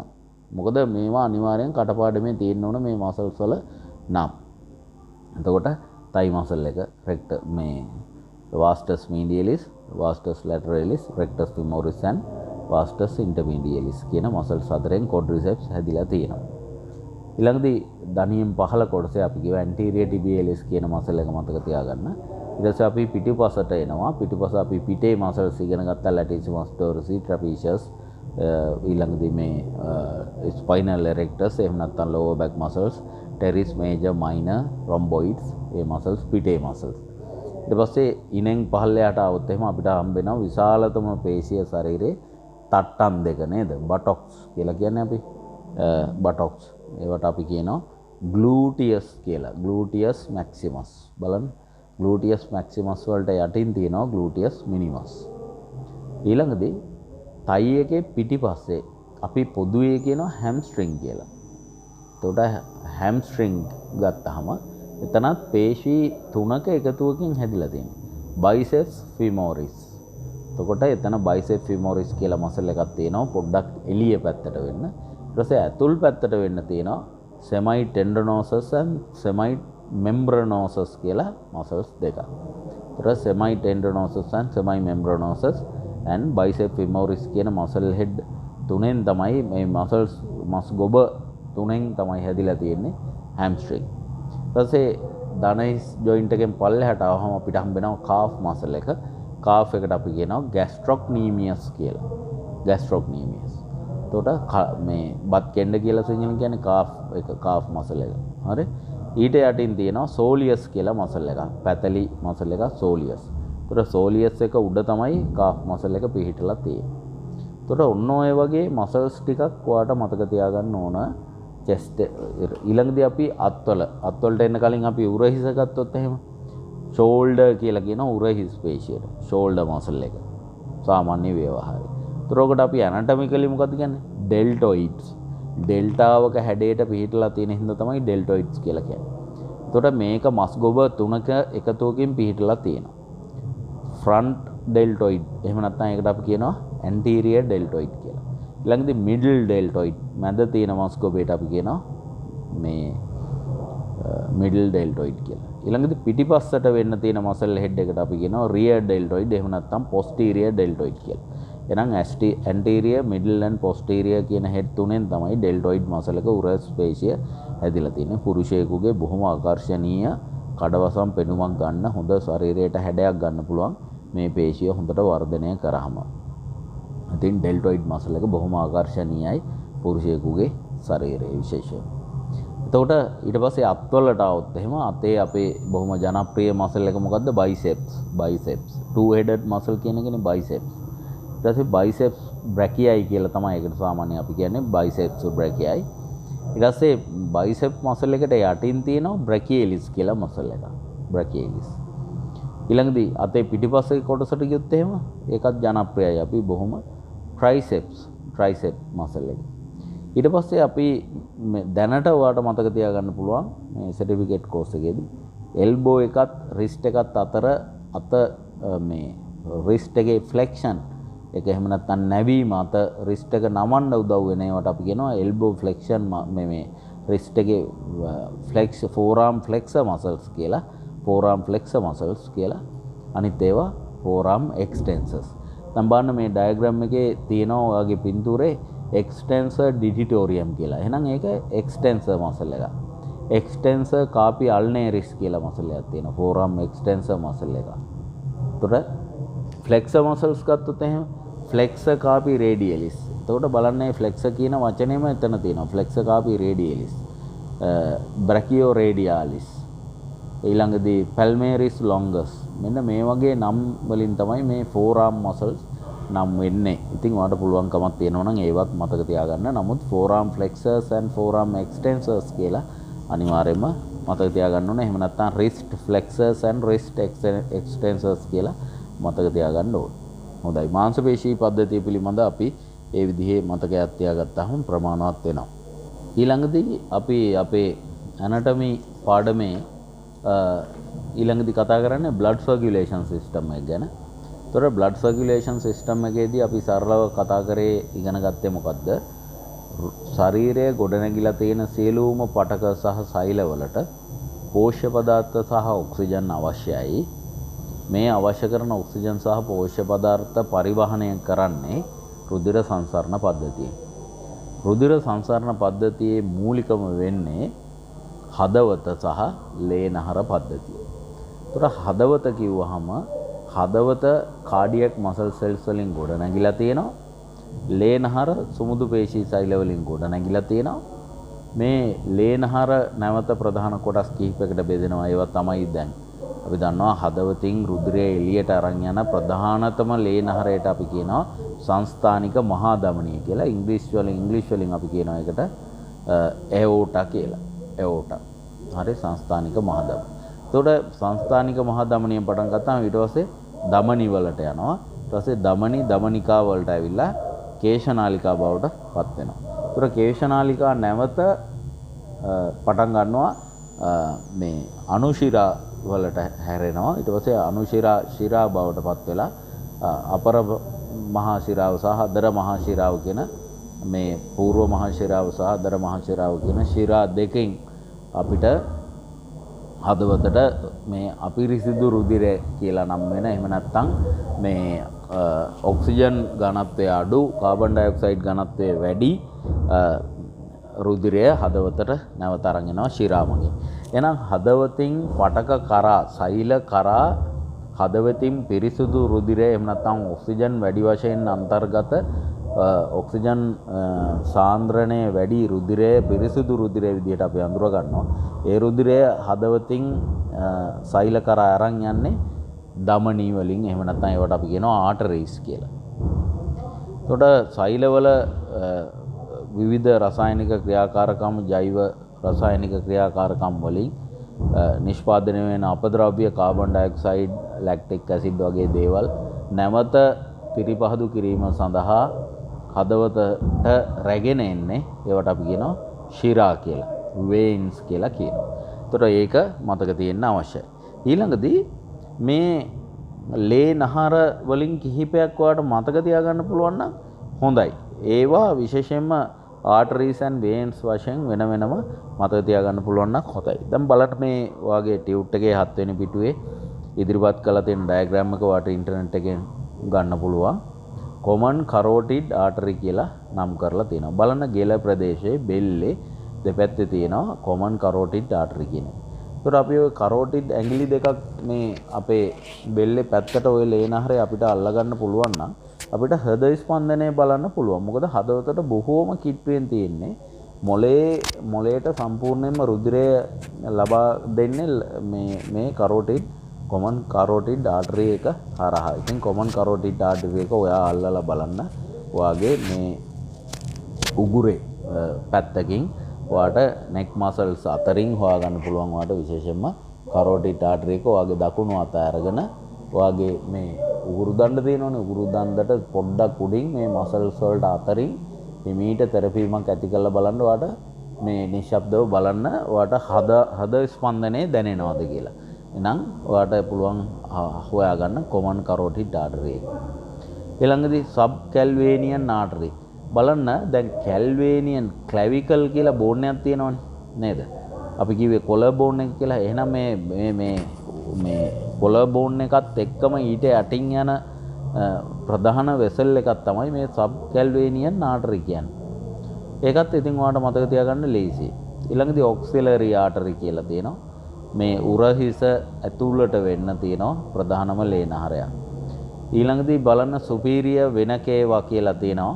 සුපීරියර් වෙන කේවා කියලා කියන්නේ අර මේ අපර මහා ශිරාව හදවතට ගේන ඒකේ අපිරිසිදු රුධිරය ගේන එක. එතකොට බ්‍රැකියල් ආටරි එක බයිසෙප් මසල්ස් වලට බ්‍රැකියලිස් මසල් එකට යටින් දිවෙනවා මේ බ්‍රැකියල් ආටරි එක. මෙන්න මේ විදිහට ඔයාලට පුළුවන් මේ වගේ යම්කිසි අඩු ගානේ 5-10ක් මතක තියාගන්න. ඊළඟදී දැන් අපි ගියොත් එහෙම දකුණු පැත්තට වේන්ස් කිහිපයක් තියෙනවා. බලන්න එක්ස්ටර්නල් ජුගුලාර් වේන්, ඉන්ටර්නල් ජුගුලාර් වේන්. මං කිව්වේ එක්ස්ටර්නල් කිව්වොත් ඉන්ටර්නල් තියෙනවා, ඉන්ටර්නල් කිව්වොත් එක්ස්ටර්නල් තියෙනවා. සබ් කැල්වේනියන් වේන්. දැන් අතන තිබ්බා සබ් කැල්වේනියන් ආටරි එක, මේ පැත්තේ තියෙනවා සබ් කැල්වේනියන් වේන් එක. ඊළඟදී මේ පැත්තේ ඔක්සිලරි ආටරි, අනිත් පැත්තේ ඔක්සිලරි වේන්. එකම නම ආටරි සහ වේන්. ඒ විදිහට මතක තියාගන්න පුළුවන්. පල්මනරි ආටරි කියලා තියෙනවා, පල්මනරි වේන්ස් තියෙනවා. එතකොට පුප්පුෂීය ධමනි සහ පුප්පුෂීය සිරා. එතකොට පුප්පුෂීය කියන වචනේ පල්මනරි කියන එක හැමතිස්සෙම සම්බන්ධ වෙන්නේ පෙනහලුත් එක්ක පෙනහලු සමග. එතකොට පල්මනරි ආටරි සහ පල්මනරි වේන්ස්. ඊළඟදී බේසික් වේන් කියලා බැසිලික් වේන් කියලා තියෙනවා. ඊළඟදී රීනල් ආටරි කියලා තියෙනවා. වකුගඩු වලට රුධිරය සපයන්නේ රීනල් ආටරි එක. හරි, වකුගඩු වලට රීනල් ආටරි දැන් රීනල් වේන්ස්. තාමත්ම වැදගත් වකුගඩු වල සෞඛ්‍ය තත්ත්වය සඳහා දැඩිසේ බලපානවා. එතකොට රීනල් ආටරි එකෙන් තමයි පිරිසුදු රුධිරය අරගෙන යන්නේ, ඔක්සිජන් සහ පෝෂක පදාර්ථ අරගෙන යන්නේ වකුගඩු වලට. වකුගඩු වල සියලුම රසායනික ක්‍රියාකාරීත්වයේ අපද්‍රව්‍ය එකතු වෙන ඒවා රීනල් වේන් එකට එකතු වෙනවා. ඒවා ඉතාමත්ම වැදගත් ලේනහර ශරීරයේ. ඊළඟදී මේ විදිහට ෆිමෝරල් ආටරි, ෆිමෝරල් වේන්ස් මේ විදිහට ඔයාලට හඳුනා ගන්න පුළුවන් මේ තියෙන රුධිර වාහිනී පද්ධතිය. මෙතෙන්දි විශේෂයෙන් මතක තියාගන්න ඕන ඔයා හදවතේ සැකස්ම පිළිබඳ අපි වෙනත් පාඩමකදී කතා කරමු. දැන් හදවතේ සැකස්ම දල වශයෙන් කුටීර කීයකට බෙදෙනවද? කුටීර වම සහ දකුණ කියලා බෙදෙනවා, උඩ සහ යට කියලා බෙදෙනවා. එතකොට කුටීර 4යි. එතකොට කෝෂිකා සහ කර්ණිකා කියලා බෙදෙනවා. ඔයා දැකලා තියෙනවා හදවතක සැකස්ම. ඒ නිසා හදවතේ මේ ආටරිස් මේ අපේ පිරිසුදු රුධිරය ශරීරයේ පිටතට පොම්ප වෙනවා මේ left ventricle එකෙන් වම් පැත්තේ තියෙන මේ කෝෂිකාවෙන් පිටතට පොම්ප වෙනවා රුධිරය. එතකොට කර්ණිකා වලට නැවත අපිරිසුදු රුධිරය එකතු වෙනවා. මේ විදිහට හදවතේ සැකස්ම සහ ක්‍රියාකාරීත්වය පිළිබඳ පොඩි අවබෝධයක් අවශ්‍ය වෙනවා. රුධිර සංසරණ පද්ධතිය ගැන කතා කරනකොට ඒ වගේම තමයි රුධිරය සෛල වලින් එකතු වෙලා වේන්ස් වලින් ඇවිල්ලා ප්‍රධාන අපර සහ අදර මහා ශිරා වලින් අපේ ශරීරයේ දකුණු පැත්තේ උඩ කුටීරයට පැමිණෙනවා අපේ රයිට් ඒට්‍රියම් එකට. එතකොට දකුණු කර්ණිකාවට, එතනින් එනවා දකුණු කෝෂිකාවට, එතනින් යනවා පුප්පුෂීය ධමනි වලින් පෙනහළු වලට. පෙනහළු වලින් ඔක්සිජන් නැවත ලබාගෙන කාබන් ඩයොක්සයිඩ් පෙනහළු වලට ලබා දීලා පිරිසිදු වෙලා රුධිරය පැමිණෙනවා නැවත හදවතේ වම් පැත්තට. වම් පැත්තේ උඩ කොටසට අපි කියනවා left atrium එක. ඊට පස්සේ එතනින් යනවා left ventricle එකට. එතකොට left ventricle එකෙන් සංස්ථානික මහ ධමනිය aorta එක ඔස්සේ ශරීරය පුරා රුධිරය ගමන් කරනවා. එතකොට සාමාන්‍ය නිරෝගී පුද්ගලයෙකුගේ හදවත විනාඩියට 70ත් 80ත් අතර වාර ප්‍රමාණයක් ස්පන්දනය වෙනවා. එතකොට ඒ හද ස්පන්දනය නිසා මේ හදවතේ සිද්ධ වෙන සංකෝචනය ඇති වෙන පීඩනය නිසා මොකද වෙන්නේ?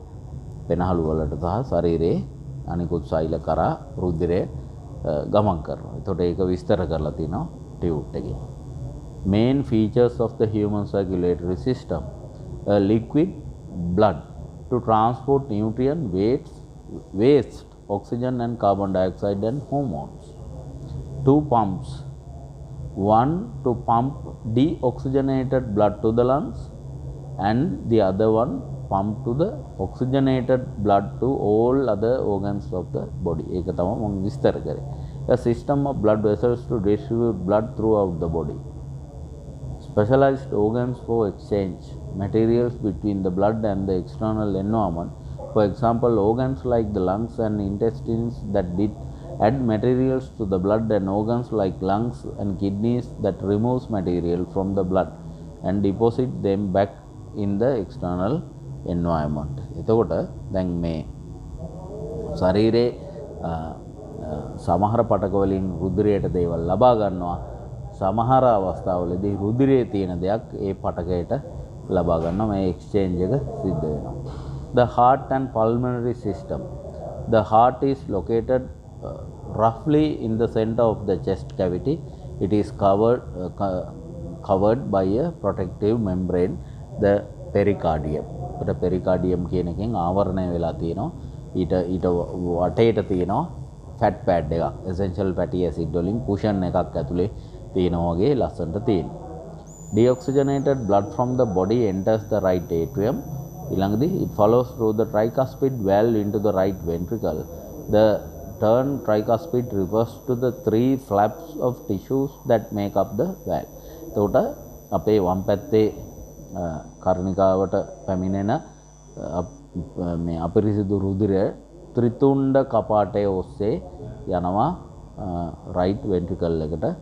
එතකොට ඒ right ventricle එකෙන් උඩ අතට නැවත රුධිරය ගමන් කිරීම වළක්වන්න තමයි tricuspid එහෙම නැත්නම් ත්‍රිතුණ්ඩ කපාටය තියෙන්නේ, valve එක තියෙන්නේ.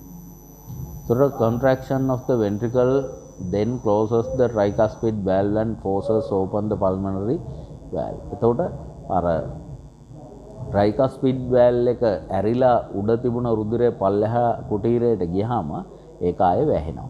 එතකොට හදවත නැවත වතාවක් සංකෝචනය වෙනකොට අර දකුණු කෝෂිකාවේ ඇතිවෙන පීඩනය නිසා පුප්පුෂීය වැල්ව කපාට ඇරෙනවා. එතකොට අන්න වම සහ දකුණු පෙනහැලි තුලට රුධිරය ගමන් කරනවා.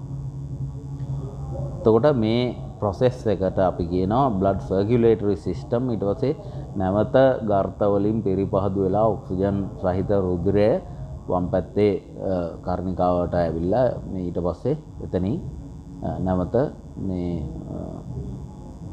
කෝෂිකාව මේ වම් කෝෂිකාව හරහා රුධිරය ශරීරය පුරා ගමන් කරනවා. ඉතින් මේ සර්කියුලේටරි පාත්වය එක ගැනත් ඔයාට අවබෝධයක් අවශ්‍ය වෙනවා.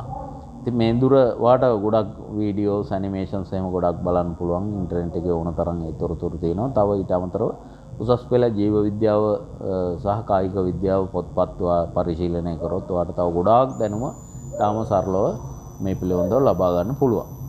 එතකොට ටියුට් එකේ අවසාන වශයෙන් ඉදිරිපත් කරලා තියෙන ඩයග්‍රෑම් එකක් හෝමෝන පද්ධතිය පිළිබඳව. දැන් අර අපි මුලින්ම සාකච්ඡා කරානේ අපි විශේෂයෙන්ම අස්ථි පද්ධතිය, පේශී පද්ධතිය, හෝමෝන පද්ධතිය, රුධිර සංසරණ පද්ධතිය සහ ශෝෂණ පද්ධතිය ගැන ටිකක් වැඩි අවධානයක් යොමු කරන්න ඕනේ කියලා. ඉතින් ඒක තමයි මේ ටියුට් එකේ අපි මේ පද්ධති ටික සියල්ලම ඉදිරිපත් කරලා තියෙන්නේ.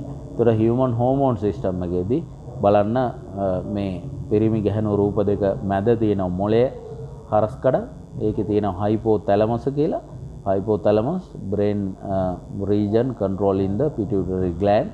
එතකොට pituitary ග්‍රන්ථියට තාම කුඩා මේ රටකජු වැටයක් විතර ටිකක් ලොකු රටකජු වැටයක් විතර කුඩා ග්‍රන්ථියක් secretes mainly different hormones some which affect other glands. එතකොට අපි කියනවා pituitary ග්‍රන්ථියට master control gland එක කියලා. සා hypothalamusෙන් ලබා ගන්නා විවිධ සංනිවේදනයන්ට අනුකූලව pituitary ග්‍රන්ථිය නිෂ්පාදනය කරන හෝමෝන නිදහස් කරන හෝමෝන වලින් ශරීරයේ අනෙකුත් සියලුම ග්‍රන්ථීන් උත්තේජනය කරගැනීමේ හැකියාවක් තියෙනවා. එතකොට බලන්න thyroid gland එක මේ පිරිමියාගේ උගුරු දණ්ඩ දෙපස පිහිටලා තියෙනවා thyroid ග්‍රන්ථිය affect metabolism among other things. එතකොට thyroid gland එක ළඟදී parathyroid ග්‍රන්ථිය තියෙනවා ඊට පහලින් පෙන්නලා තියෙනවා. ඊළඟදී testis තියෙනවා පුරුෂයාගේ වෘෂණ කෝෂ ටෙස්ටෙස්ටරෝන් නිෂ්පාදනය කරනවා.